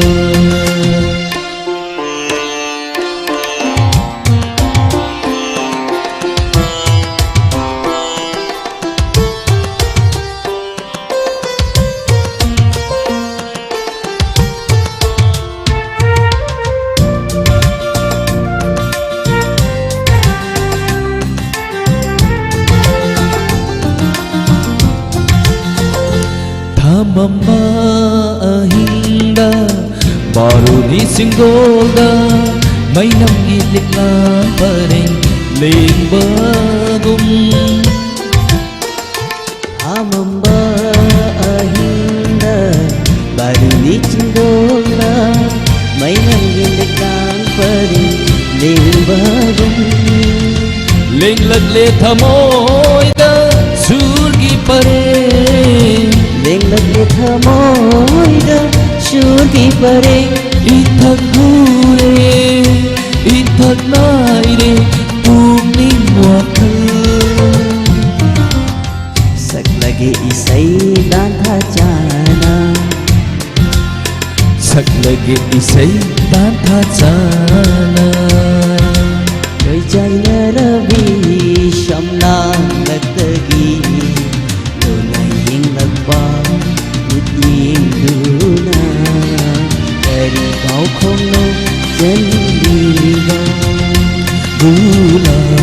mandi sinmana Karamba wahino hum liba ngawhalle ibu leita phong khangana ngawhalle ibu leita phong khangana ngawhalle Đôi trái nở vì sầm nang lật tagi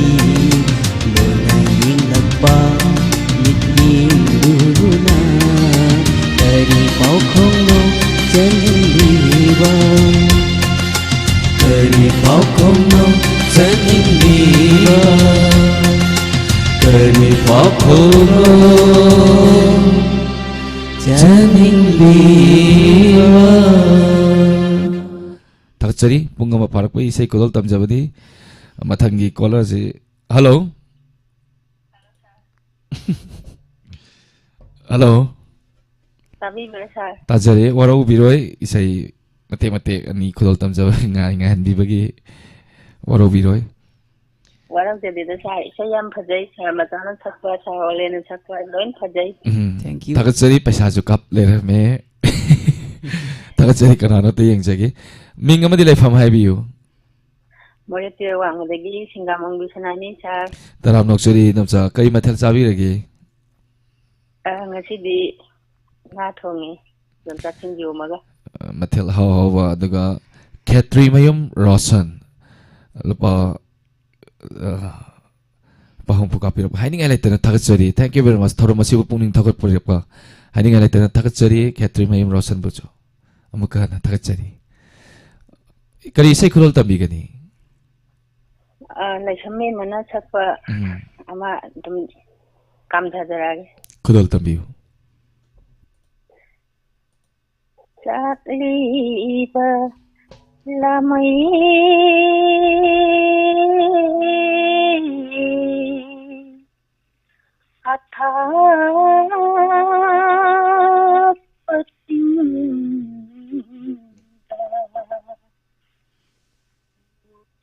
Kini do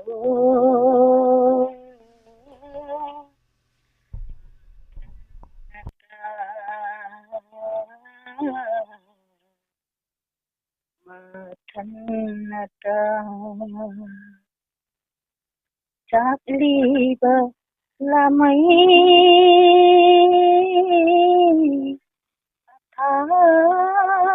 patinda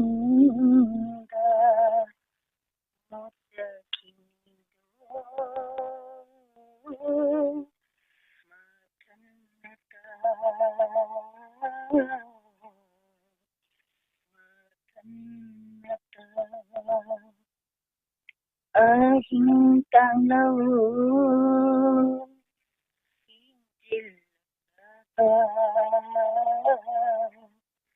Aragata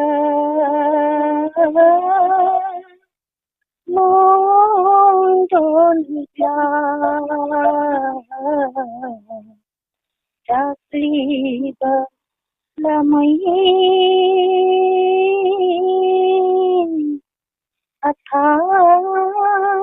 patinda lamai gi lakan dacapa enggar lakli mai chapa enggar lakli mai chapa tanlo injil laga nondom nigla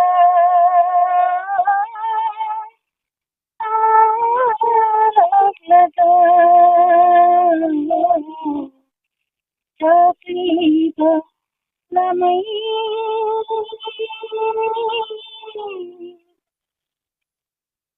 Meet my angel in the my tongue combandi udare Ritana my java my re Nushina pauge Aki dare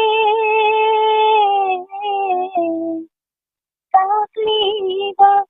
lamai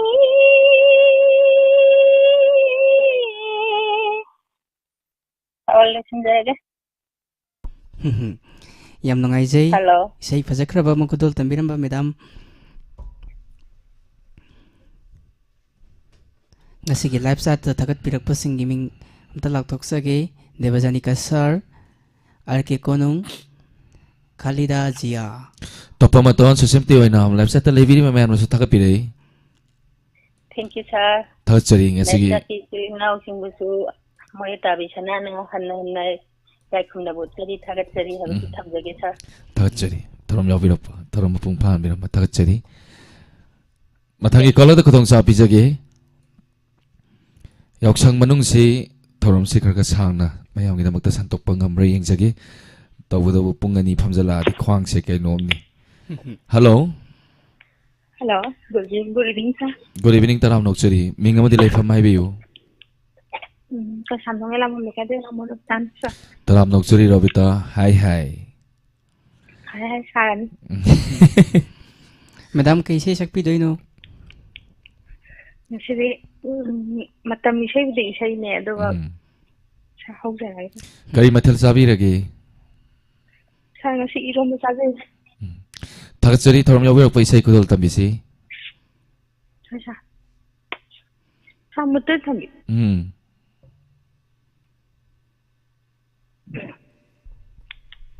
Landam siji Lucy Warini Kunjom Nabi Mama Masagi Umon Kuding Una Zaido Inuling Marasa Chumnubi Kuntharakli Thana la pasida Imugalona Umjonubi kumtarakli Umjonubi kumtarakli Thana la pasida Umjonubi kumtarakli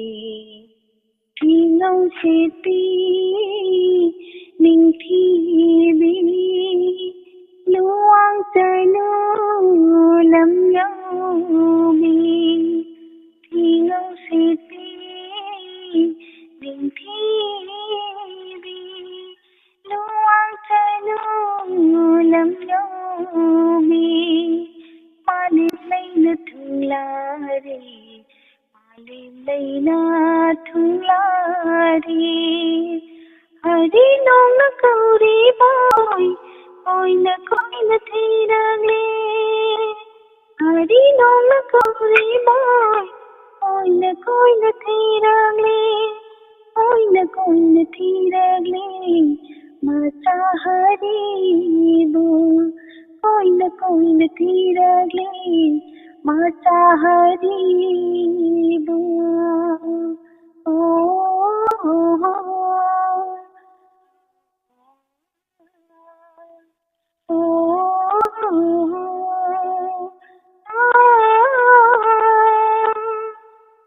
Hari kaugesu tin thanoina pali mama kauragli pali mi manu sibi Tegla hari kaugesu tin thanoina pali mama kauragli pali mi manu sibi Orang nong dalai khabi, pilar khom lana chada. Orang nong dalai khabi, pilar khom lana chada. Sari wasangag laro, wasangag laro. Tumlubi kuntharegi, athana la persira. Loinana Undam nubi kuntaragi Undam nubi kuntaragi Undam nubi kuntaragi Sang sida Hi Robita isai hana tambirak pro angang da school gi amadi fangsal ke da isai sum sakpirak pro Hello, Sir. isai tambirak pro aduga school gi haitare school gi function gum laikai gi function gum da sum isai sum sakpirak pro kamai to bige Sir, school gi section ay adu isai samjarakte. isai yam fajana kudol tambi aduga live chat ta lebi riba mayam na so thagat pire vocal so na fajai loina Diamond TV gi santok sari ba thoram asi mapung pam piba thagat chari Sir, thank you. mathangi kola da kudong sa pizari topa maton amba Catherine Mem Rosan Laimem je Sunita mama bimola konsam topa thangjam manjana hello Hello, sir, inam jakin ta ni kasbe. taram nokseri damsa kai mathal sabi ragi Sir nga si yaw sang ni nga thong. koi wa basi ubuda lin thoi chanuna coffee fire thank you sangom su yaw mane tagat chai lin thoi mama kai sai khuda tambi gani damsa Ha, so kiri was mang api. khudol tambi Kunggang ningon samjadido nilupira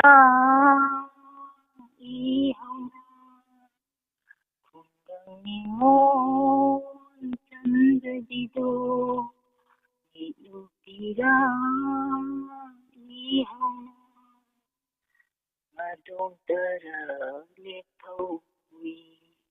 Ningam da kuta hai duna Madong tara letawi Ningam da kuta hai duna Kunggang ningon samjagdo Nilupira ihona Kai naramdani kuta Ing hawa dalam dai matamda kapwa oh kanam dai kuta ing hawa dalam dai matamda kapwa hangin bergaya hanamda ikan galona kaptuna Halaku hai badi ngamjada madom tumingge pawi ningam dak hai duna kunggang ningon samdadido ilupira ihona haninda halaki Manatagi tamna lehui mahaki ho haninda halaki manatagi tamna lehui mahaki una tam hui Numbidang warangi asikpada lauko haibadingamdada madon tumin lepawi aibuyena lepawi kunggang ningon tamdabido ilupirang ihawna madom tarag lepawi ngamda kutsa haiduna kunggang ningon tamdabido taloy dindag. Tagachari isay yang pazana kulal tambire edition dam jaga wai tasabi. Hello. Mama yang pazana kulal tambira mi isay kari matil sabi lagi mama po. Ang ako'y kino nga thong ba. Yang mga isay tharom mafum phan biramba matung taba tharom dasu saruk ya birao. Tagachari tharom yabirak pa. Sir ani si tagachari. Hamdal. Tagachari. Color ani khak lokot sage color ahum haitare color ahum katang lokot sage to inspector tay ngasi pung tara mathoi makai chapcha na mayam to color tam sage hello hello hello taram nok cheri minga madi leifam hai biu sar olen sa edition ai sten ai tum irum swai lego taram nok cheri kai mathel sabi rage sar tango ma iron ba ma pang na ba noma gi iduni kari se kolol tambi gani sa matam sige su sana ba panam sami kumar ge ni kunda atom ki meyakta ho thabal lamta gi punima yam phajabi sei ni kolol tambi yam phajabi sei ni sa adu aina thien lori adu mayam punama asa daw su punama ngati gani thiroi bokel yam phajai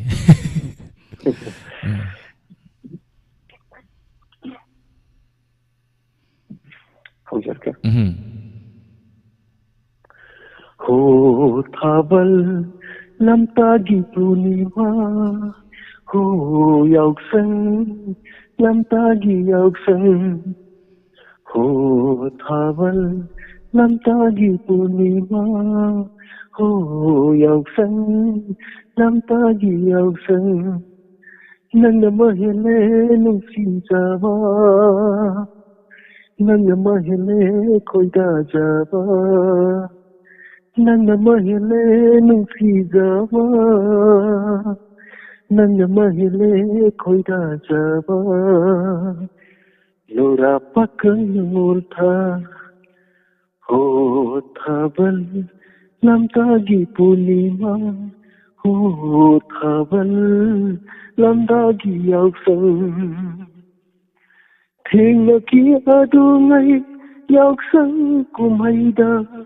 inakta ngaudabi samdarabido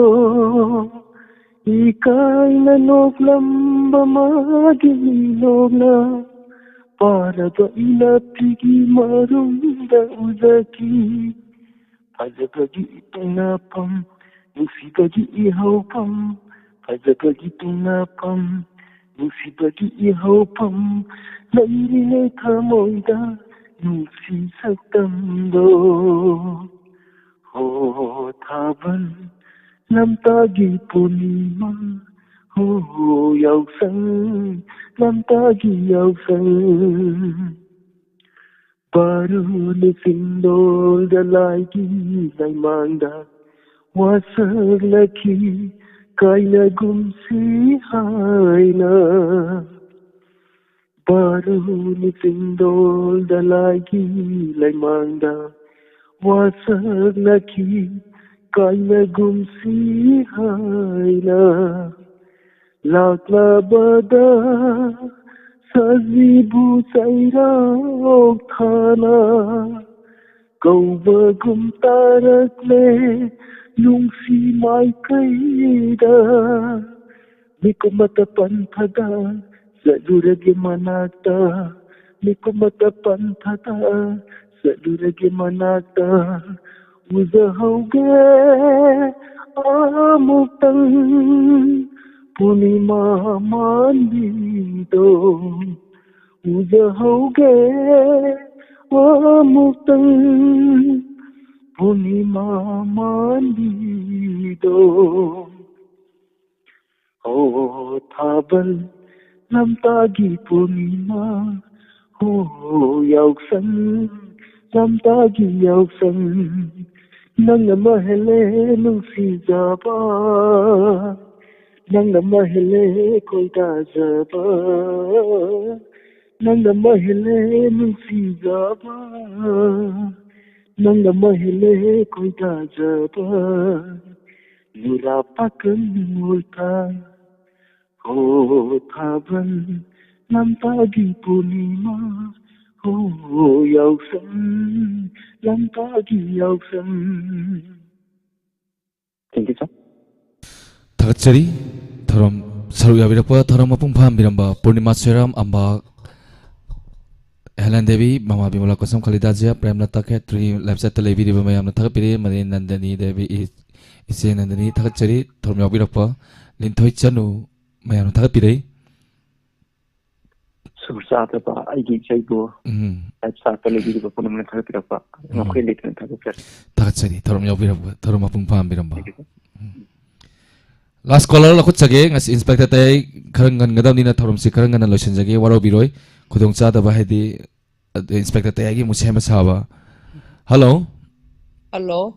taram nokchari ming amade leifam hai biu Kakchingdagi Mama Shanti taram nokchari mama last caller ni thorom sigi kari mathel sabi rage Ngasi yausangina nga thonga sare ngasi di pura nga ngai gre mayam se ayam banako dedisan Yausanggi uri sabta pige tawani ne sanupani se Biu mama Happy yausang sanupani Happy yausang Thank you mama Thakachari thorom yabirakpa kari se kudol tabigani Isai se anobadi tamhogdare hana sakhibadagi ama saglage kudol tabi Wa amata Anjagi lakani Kuiroi shupnatagi amatani Wa amata Pukningi aronba wahangni Nakong ani shuhan binu Hangjagi ningba uirabani Joyrol oina lawiganu Satkiba taraba hangamdana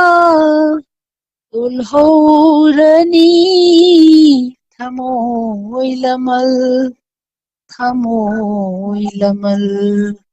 Wa amata hangjagi lakpani Kuiroi shupnatagi amatani Wa amata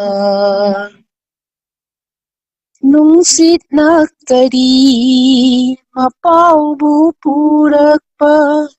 Kita malikada Hangzaine tatana Ahingga nungthang Kublak pa ubada Kari thokligaba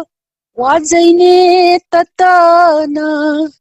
Nanggi ay pabata Kandunata Isana ishabu Kaujariba Asibu kari maramgino wa amata hangjagi lakpani kuiroi shupnatagi amatani Hello ta chai ta da chap lep khiba dugi kudol tamisi Wa amata hangjagi lakpani kuiroi shupnatagi amatani wa amata loisilage mo 다가처리 다음 서로 야비락과 그가 라이브 사태 비디오 마야노스 다가피리 이사이 한 파자나 고돌 담비리 takshadi mo mama marak tu isai hek ngang bibro mama se kai do ba isai se marak tu ngang bibro mama bu adong ngang isai ngang kan grapone 다가처리 다음 야비락과 다음 뿡파 한비람 다가처리 kagara hairak to le sum toy ngang ngamina yam nungaijai mama tharom saruk yabiramba tharuk mufung fan biramba matung taba tharom dasu saruk yabirau ngaijaramge yadoini samjare 에디션 다음 셀로 셀라시라 나들가 콜러 아니 홈 파이기시라 콜러 아니 gumba paikisira dawlen 아니 아홍고 파이라세고 hoi mayamgisu call phanghodaba call di tawjaraga adugi aise ngasai soiba ma leigreba pung 12 bona pung 12 da program se loiseladi inspector te problem moidoine adana khatang khache caller amala amani aduga amaga paikhatlaga loisansi ko hello hi yamba Rajasthan ki Shakespeare now edition amadi now olen kai kum nazari sigi ai farban min seida ko gi auchangi special on khandro pa sa isel pusparani na su santok tiri yam nuai je kai changa si thara mo su mayam ga na wani na su santok pirak pa auchangi special na taroga mathaban min sigi oina ho yamba ina auchangi special se dialogue ko makra yor kadra na sum khanja bane ambo ulakte mayam se isa iloi sakle yama kari sai kudol tambi gani isai yusal ke dialogue tu tawsal la jadu ina dialogue special have zida tawsang special dialogue ki di phana ngasi kaim udre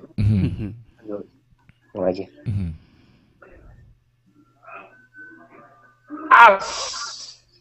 daog je to dam sidai da hoji thaban chung sat ke toraga gari so je ma gale na tham jang ram nupi na mu gari so bai ram ye oh pakhang oi ga thaban chung hok dre sida no phado yum da lak so khara ju ning tam han lo ke dro gari so da piro mi ai bo o nang na ya dra mi eka gari jo chat lage ko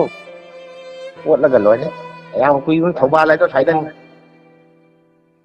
nang ngai hau ro ko eka gari jo chat lage nang gari so da paisa lo ro habal ngatang yeng ge chung ge hai na te ba yeng ba sin ngai ba makhal lam ne natra nei naw abo mani naw le natro mani naw edition ga nuai ri ba sida nuai jare naw ani ga taw bi ra ko je mayam yaw sang sabal se gyan tana chung ni chiko maru ina laisa bi ni gyan ta du se thabal lama chung gen sil ga di paisa chang i mathak de da irang thok ta na ba disi dei permission lo ga ni disi na thok kham se da noina disi usita bai thabak tu di disi hai si mai chawra ba district ki mako me hajari permission lo biyo aya ba lo biyo chong biyo namin mangan dai hen di gam yeng bagi di babok yam lai ri ai jun yeng ba lai ai chi mai gre ni da yeng da ba now dialogue bi selo lage ko yamba pakhang wairing ida thaban ka kyam songbiraki mai kitang masing ti ba yab jani now ai di san hang di manga ra chong ki yam nungai ji khangbiramba chap chan haibira e yamba na so yam tang na songi pa male hojara ke di sei kudol tambi che yamba hoi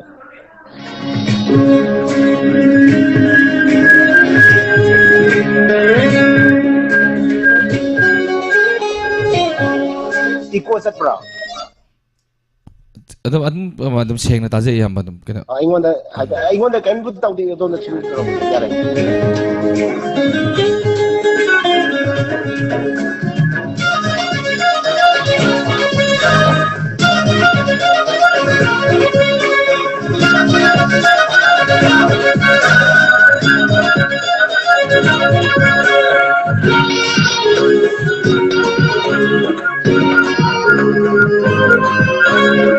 lấy sai khối lòng hình sự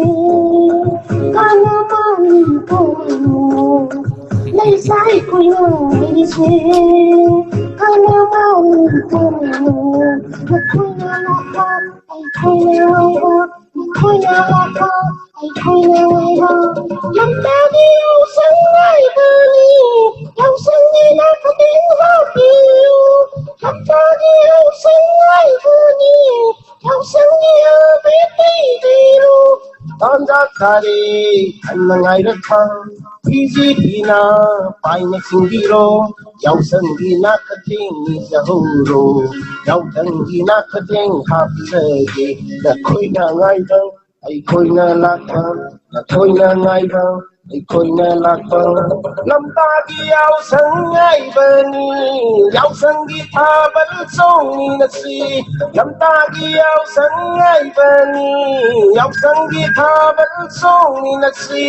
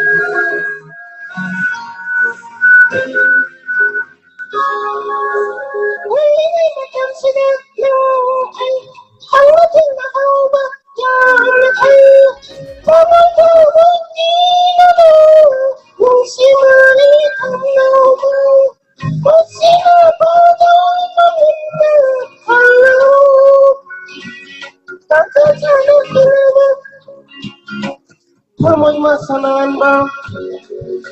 tay khu đến kỳ này đi ba. Thôi mà sanan ba, tay khu đến kỳ này đi ba. Nung si mari thăm hao ba, ai suman na thang na bani. Nang chung na ti na matung na, ai suman na thao na bani. Ai na ngai ba, ai khoi na lạc ba, na khoi na ngai ba. Ai khoi na lạc ba. Làm ta đi yêu sân ai ta đi, yêu sân đi biết tay đi đâu. Làm ta đi yêu sân ai bên đi, yêu sân đi tha vẫn song ni na si.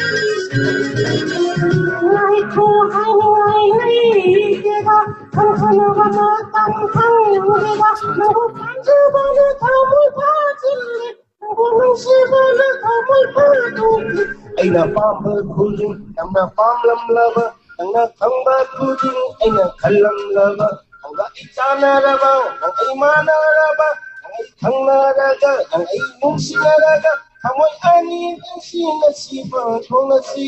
ai ba khujin khidin na zani ai ba khujin nang na ya rabo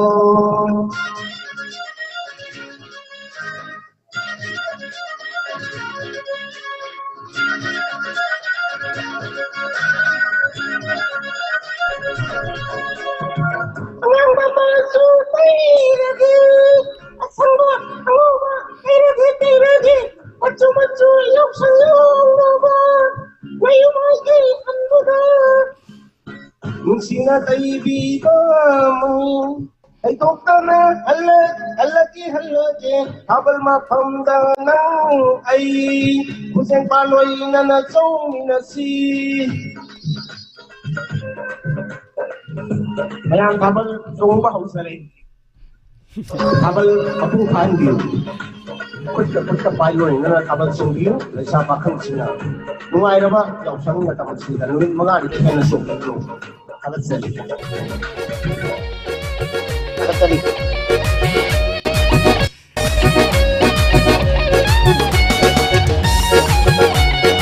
Hello. Thagatsari ama thabal mate ma chonganjarapani mayamna. Hello. Hello tajari ama thabal mate ma thajanbani mayamse chongangena. Thagatsari ama thorom yawirapa thorom mapung phambiramma thagatsari.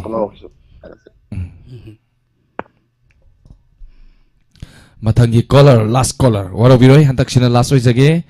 And kanano yeminarsi. Hello. Hello. Hello. Minga madile from Highview. Sangangara ni Kolkata. Thagatsari thorom yawirapa thorom sigi last caller ni. Kari mathar sabirage. Sir, asam boy sare ngasi. Kari isai khudal tambigani. Kari sir adum dialogue mati ma yawrage ko. Adum tawragi. Khudal tambiyo. Sir ai iko do sele. Khudal tambisi. Ho. Noi sik mai gi po sidi phajana nai he. Poti dum phajana thokpani he. Thoi ai jai he. Thokpai bu phajana nai he. Sik mai gi judi first class ni. You told me in the price people jai, Heidi mana people jai, Haksangi di nungai rambal jai, Tawai gidi poi janni, Check my gizuna first class ni, You told me the price people jai, Paingi Yusu amhani. You told me in the mana people jai, the bulgi so amhani. You told me the price people jai. And progi Yusu amhani. Iniga kuraga the price people yai, Haksangi di nungai jarasu, Tawai gidi poison ne, la la la la la la la, la la la la la la la, la la la la la la la, la la la la la la. Kaidobagi hapino juriado Jakhaute bara patle Kaidobagi hapino poyando River se bara patle Oh yon bi Oh yon ba Oh yon bi Oh, you don't ba? Hidak thakpa hairam badagi you thakpa hairakpa. Thaina dagi lerak labasu haujikti pumting laba. Hidak thakpa hairam badagi you thakpa hairakpa. Thaina dagi lerak lasu haujikti pumting laba. Waraba mari chokthara marang. Waraba singli chokthara nauri karamba hidak thaklaga kanagani punsigi awaba karamba hidak thaklaga tawgani thawagi awaba la la la la la la la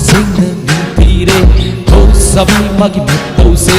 yeng be pen banai dere saknere nang se mi apum bada Atpada bi leira jamna kere bi mai thoni ainam lainam je laba murani thi shamlangne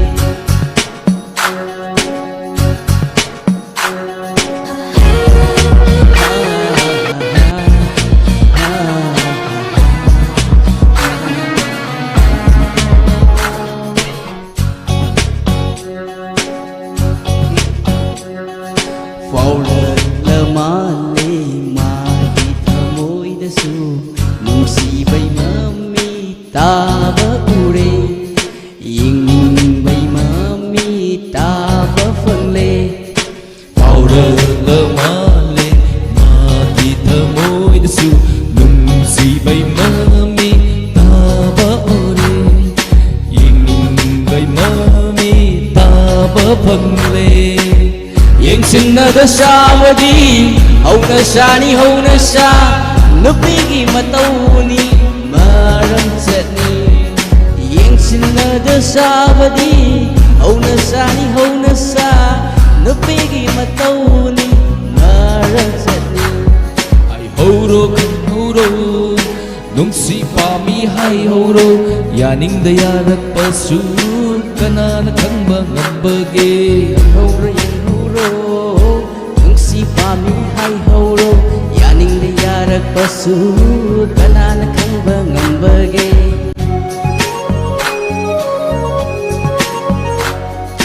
What the father be layrang ni samna ke rabi mai thong ni hai nam lay nam se laba mura ning thi samlang ni samna ke rabi mai thong ni hai nam lay nam je laba mura ning thi shamlangne katani aina kalak jawa katani aina diksi jawa nang katani aina kalak jawa nang katani aina nisi jawa what the father be layrang ni samna ke bi mai thong ni hai nam lay nam che laba mura ning thi shamlangne mura ning thi shamlangne he he ah ah ah ah he he ah ah takachari aduga mathagi isai sina sarat ta dedicate tawjage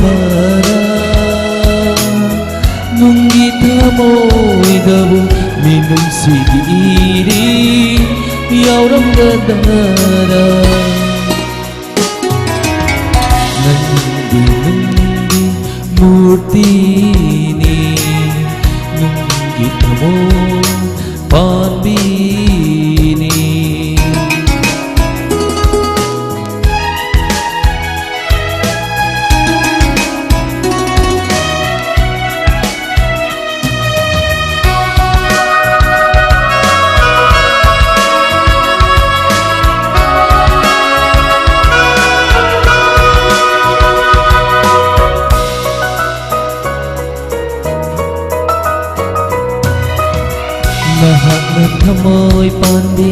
oy ranglaba Minung si kambiyama oy ranglaba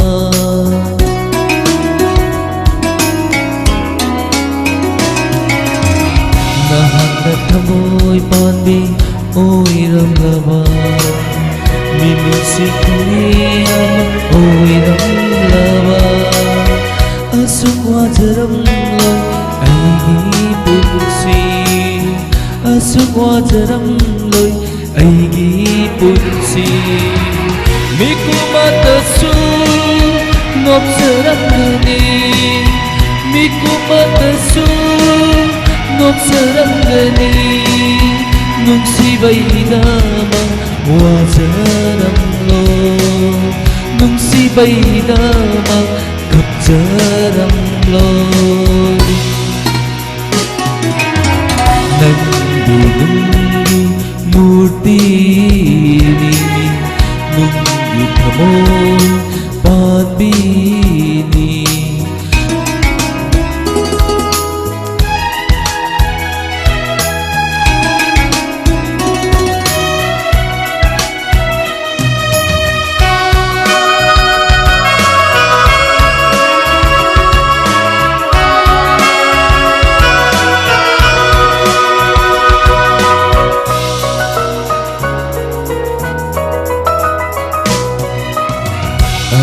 Luna nang ay nakiba Bunsigi lurama wafang dubu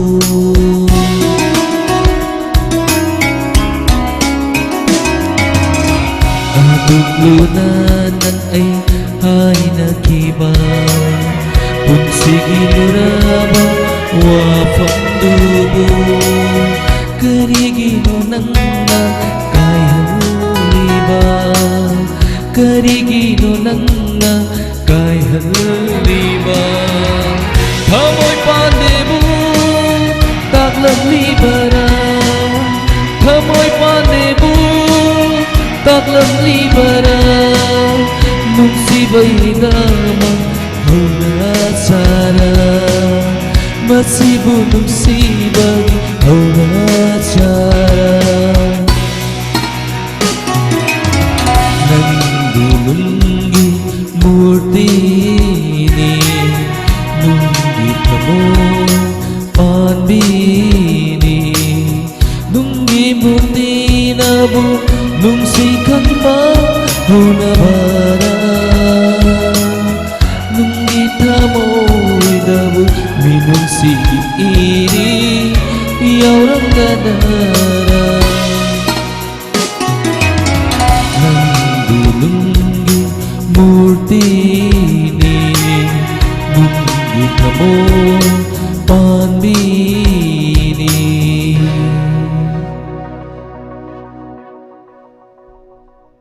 Yam fazana kudol tambiram kre dawalen Thakachari mayamasu yam thakat pire Inaw pung tara mathoy taslak tore Tayay mukta ni. Okay, thank you ngasigi Diamond TV na santok sawa ani suba thorang parengi yauksan special hai naming thon jaba isai sakna si program mayam punna ngasigi caller khudima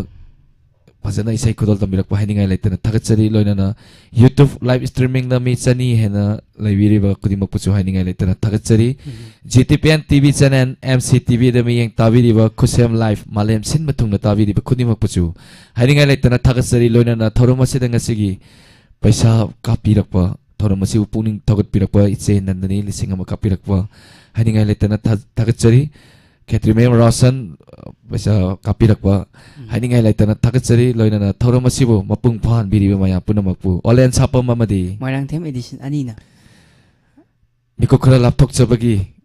ayawa lawjari aduga maya punamapu amuka hanasu kurumjari loisalakpada thabal mate ama chongjaramge aduga makal mathel gi sei kodol tamjarake stream sei kaktabida makal mathel gi sei pungai minikun isai mari khatang kodol tamjage aduga inspector tayai 826 suwa episode kodol tamjage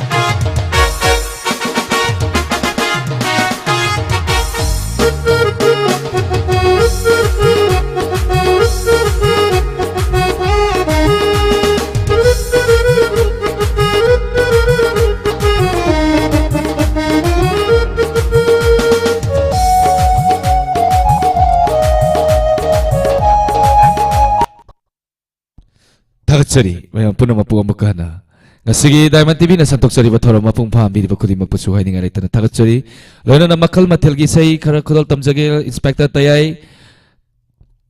episode 826 suba episode mayam da soidana khudal tamjage taramathai makhai ta ba mayam ngatang thawal songbi ba thawal gi makhon di ta ba phamung da yauksang gi thawal sai lekai lekai da thawan chongwi makhon di ta bi ramgani aduga Satpadi Satlaudrava Diamond TV nungsiba heman kiduna thoram yaubiba singda dedicate tawdravani ngatang thaban chongan jawni phamungda soidana pidim hining chongmudi yaramni tagasari me apuna makpu isai khara khudal tamjage daga inspector te ngai minasi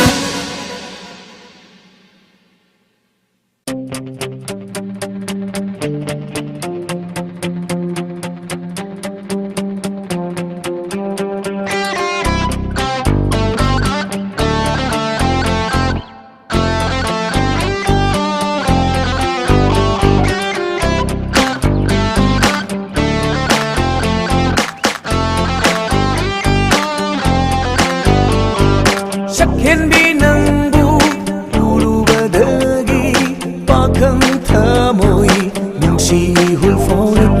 lấy ta bóng khăn rê càng ngào nơ rê mít cu khu đình yom ja khu đình nang pergi satam ni kami sida thêm biranu ta tau biranu hai dai lam lan ba khoi mua ngau ba cham da bini ngolgi punsi nau jeri binuja thamoi ni apang bi thêm biranu ta tau biranu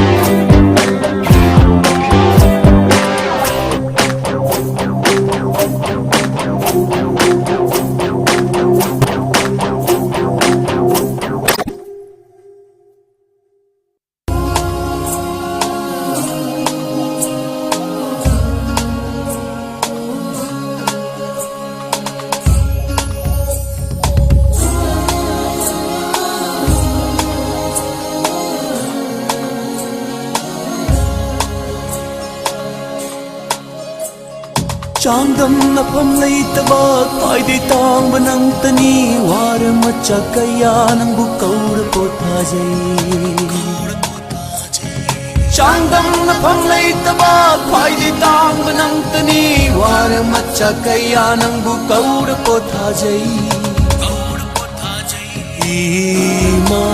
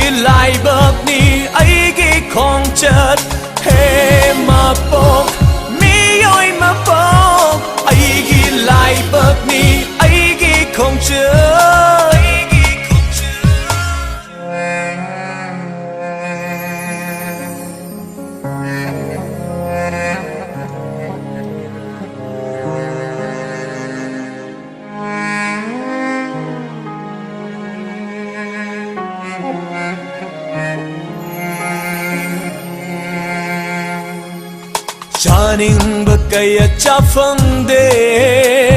setning basu set pangomde oh chaning kaya chafangde setning basu set pangomde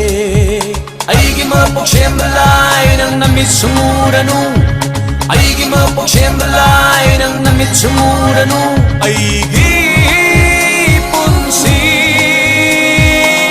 Manavasing aigi punsi Manavasing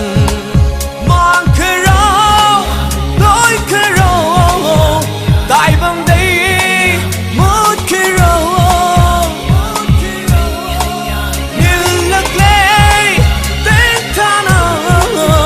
gặp ly bay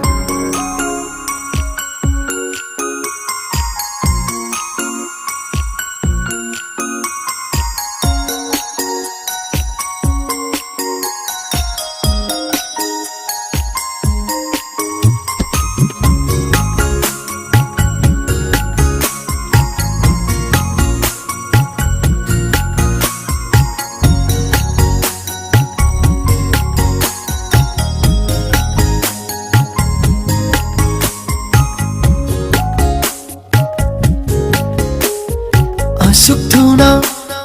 ꯍꯥꯏꯔꯨꯕ ꯅꯨꯡꯁꯤ ꯍꯥꯏꯅ ꯅꯪꯒꯤ ꯅꯐꯝꯗ ꯅꯪꯕꯨ ꯅꯨꯡꯁꯤꯔꯨꯕꯒꯤꯅꯤ ꯅꯪꯕꯨ ꯄꯥꯝꯖꯔꯨꯕꯒꯤꯅꯤ ꯑꯁꯨꯛ ꯊꯨꯅ ꯌꯥꯊꯣꯛꯈꯤꯕ ꯅꯨꯡꯁꯤ ꯍꯥꯏꯅ ꯅꯪꯒꯤ ꯅꯐꯝꯗ ꯅꯪꯁꯨ ꯃꯨꯛꯇ ꯈꯜꯂꯨꯗꯅ ꯅꯪꯕꯨ ꯅꯨꯡꯁꯤꯔꯨꯕꯒꯤ니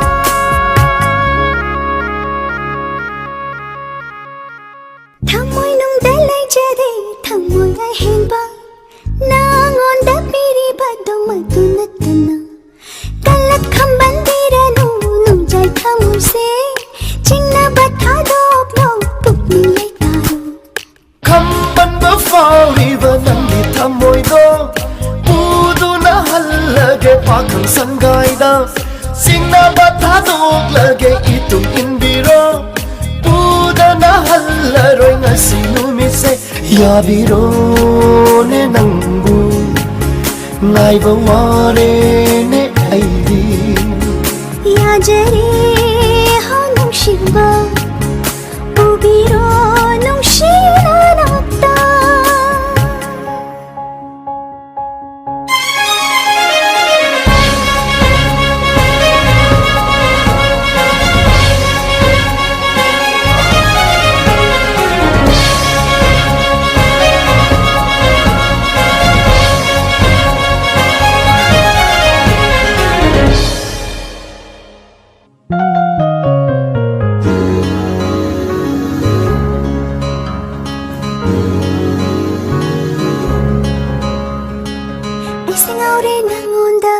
mahausaga manadre nungshi pagta taure ai wahai khodin kochi thang nungshi man ba wahai sing pundo na thambire wakhal se ai sing aure nangonda mahausaga manadre nungshi pagta taure ai wahai khodin kochi thang nungshi man ba wahai sing pundo na thambire wakhal se 낭기 망라나 따오자바 나오자바 터모이세 분신비로 닦간다 눈시 머리나 따할래 낭세 아이뜨기 눈시비 파무비 오이 할로이 까나 맞다수 웅자 꾸딩다 타제리네 낭부 부비로네 아이부 생라바라네 낭부 나이버 와레네 아이디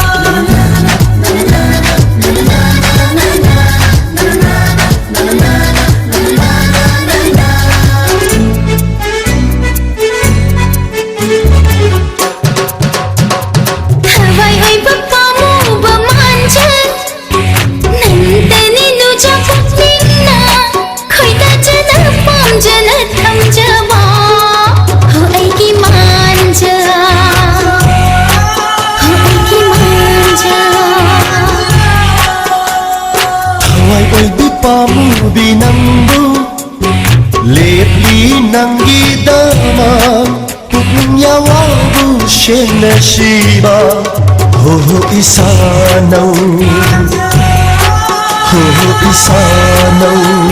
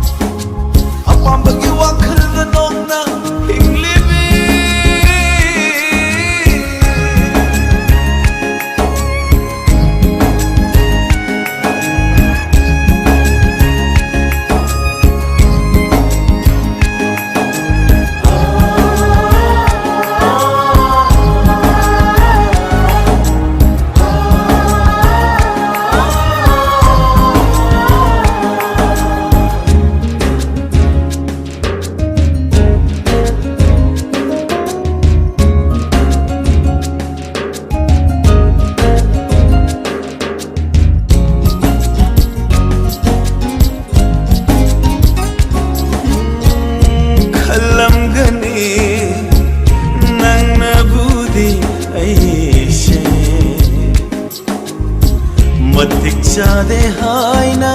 खलंगनी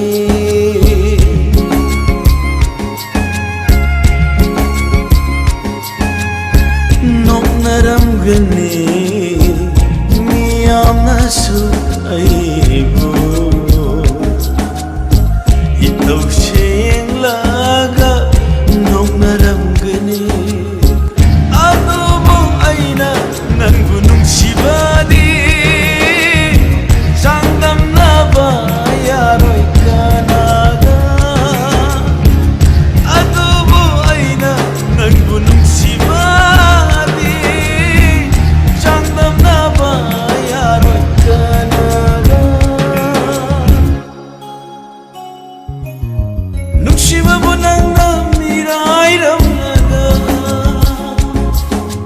अपाम्बगी वाखलगा नोंना हिंग्लिबी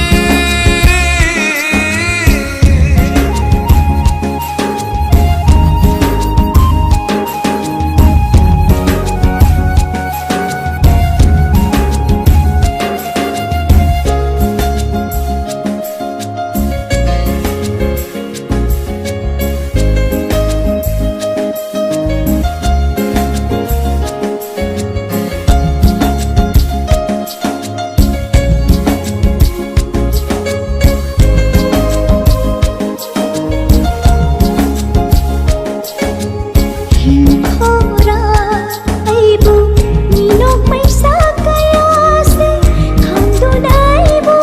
aso himkhora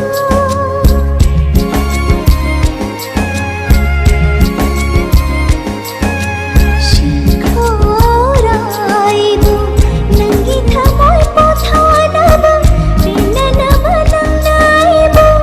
Himkhora Chamna khanba ngamdre ai lana lauro yagre ai Chamna khanba ngamdre ai lana lauro yagre ai nungu kalkraba nangi thamondo nungu kalkraba nangi thamondo नुक्सिबाबो नंगा मिरायरमनागा अपाम्बगी वाखलगा नोंना हिंग्लिबी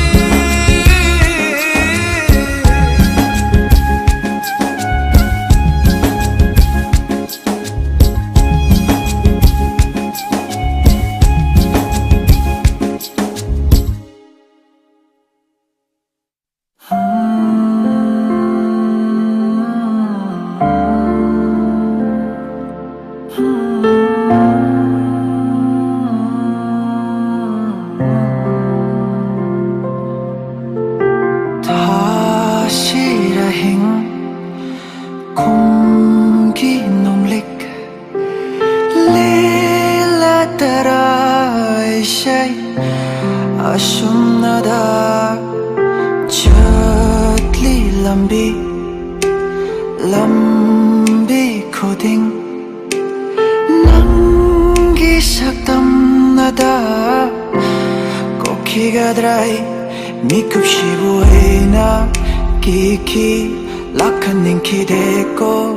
aidi nang nalap na chotki bada oi haugadawraba punshi una yaudra upa ama tangjaning ay letra kana irol nung dalukra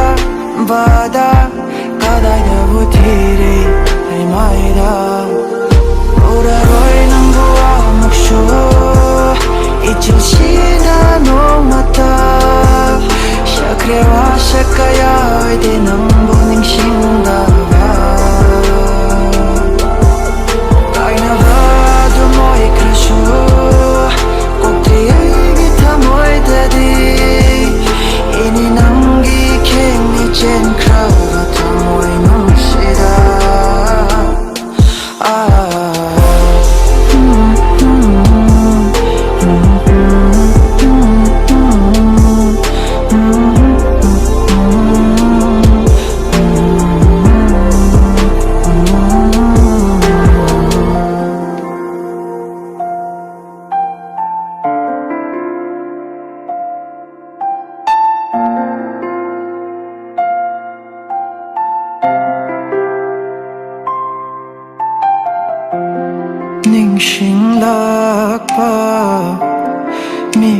khudingda namgi mami kayani kanungda tariva nungshi na kaina kharava namgi khuvamni aina thamoida lotliva kana shu khangda thamna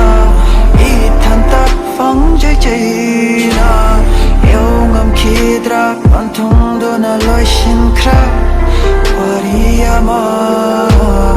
amukshu hamli aina nambu halakkidara wari diloishin ki mai shadi lam hoi ni pupiranga ora roi nambu amukshu ichishina no mata shakrewa shakaya de nambu ningshinda kaina vado moi krashu kokliegi thamoi dadi ini namgi kengi chen krauga thamoi nungshira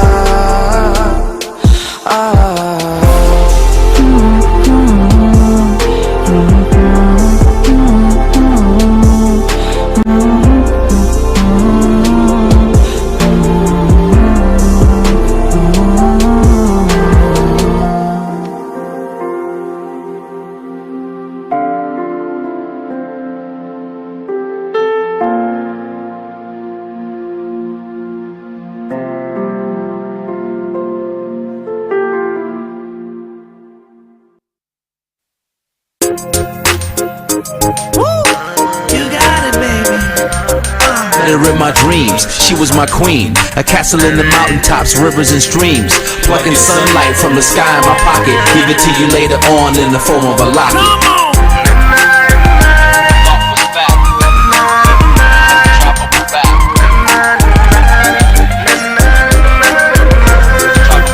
It's just another fact of life for me, really.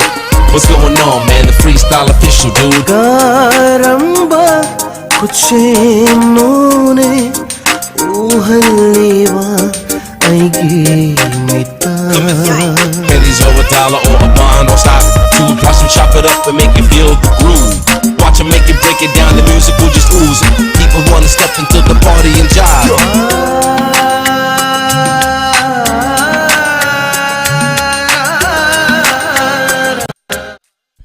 Hojik khalol tamjakre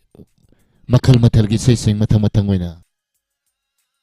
mekup kharagi matung na santok sagani inspector tayai sanipang kun taruk suba tangka inspector tayai gi dama tawa pesa madala piu me amo ngai jeromgi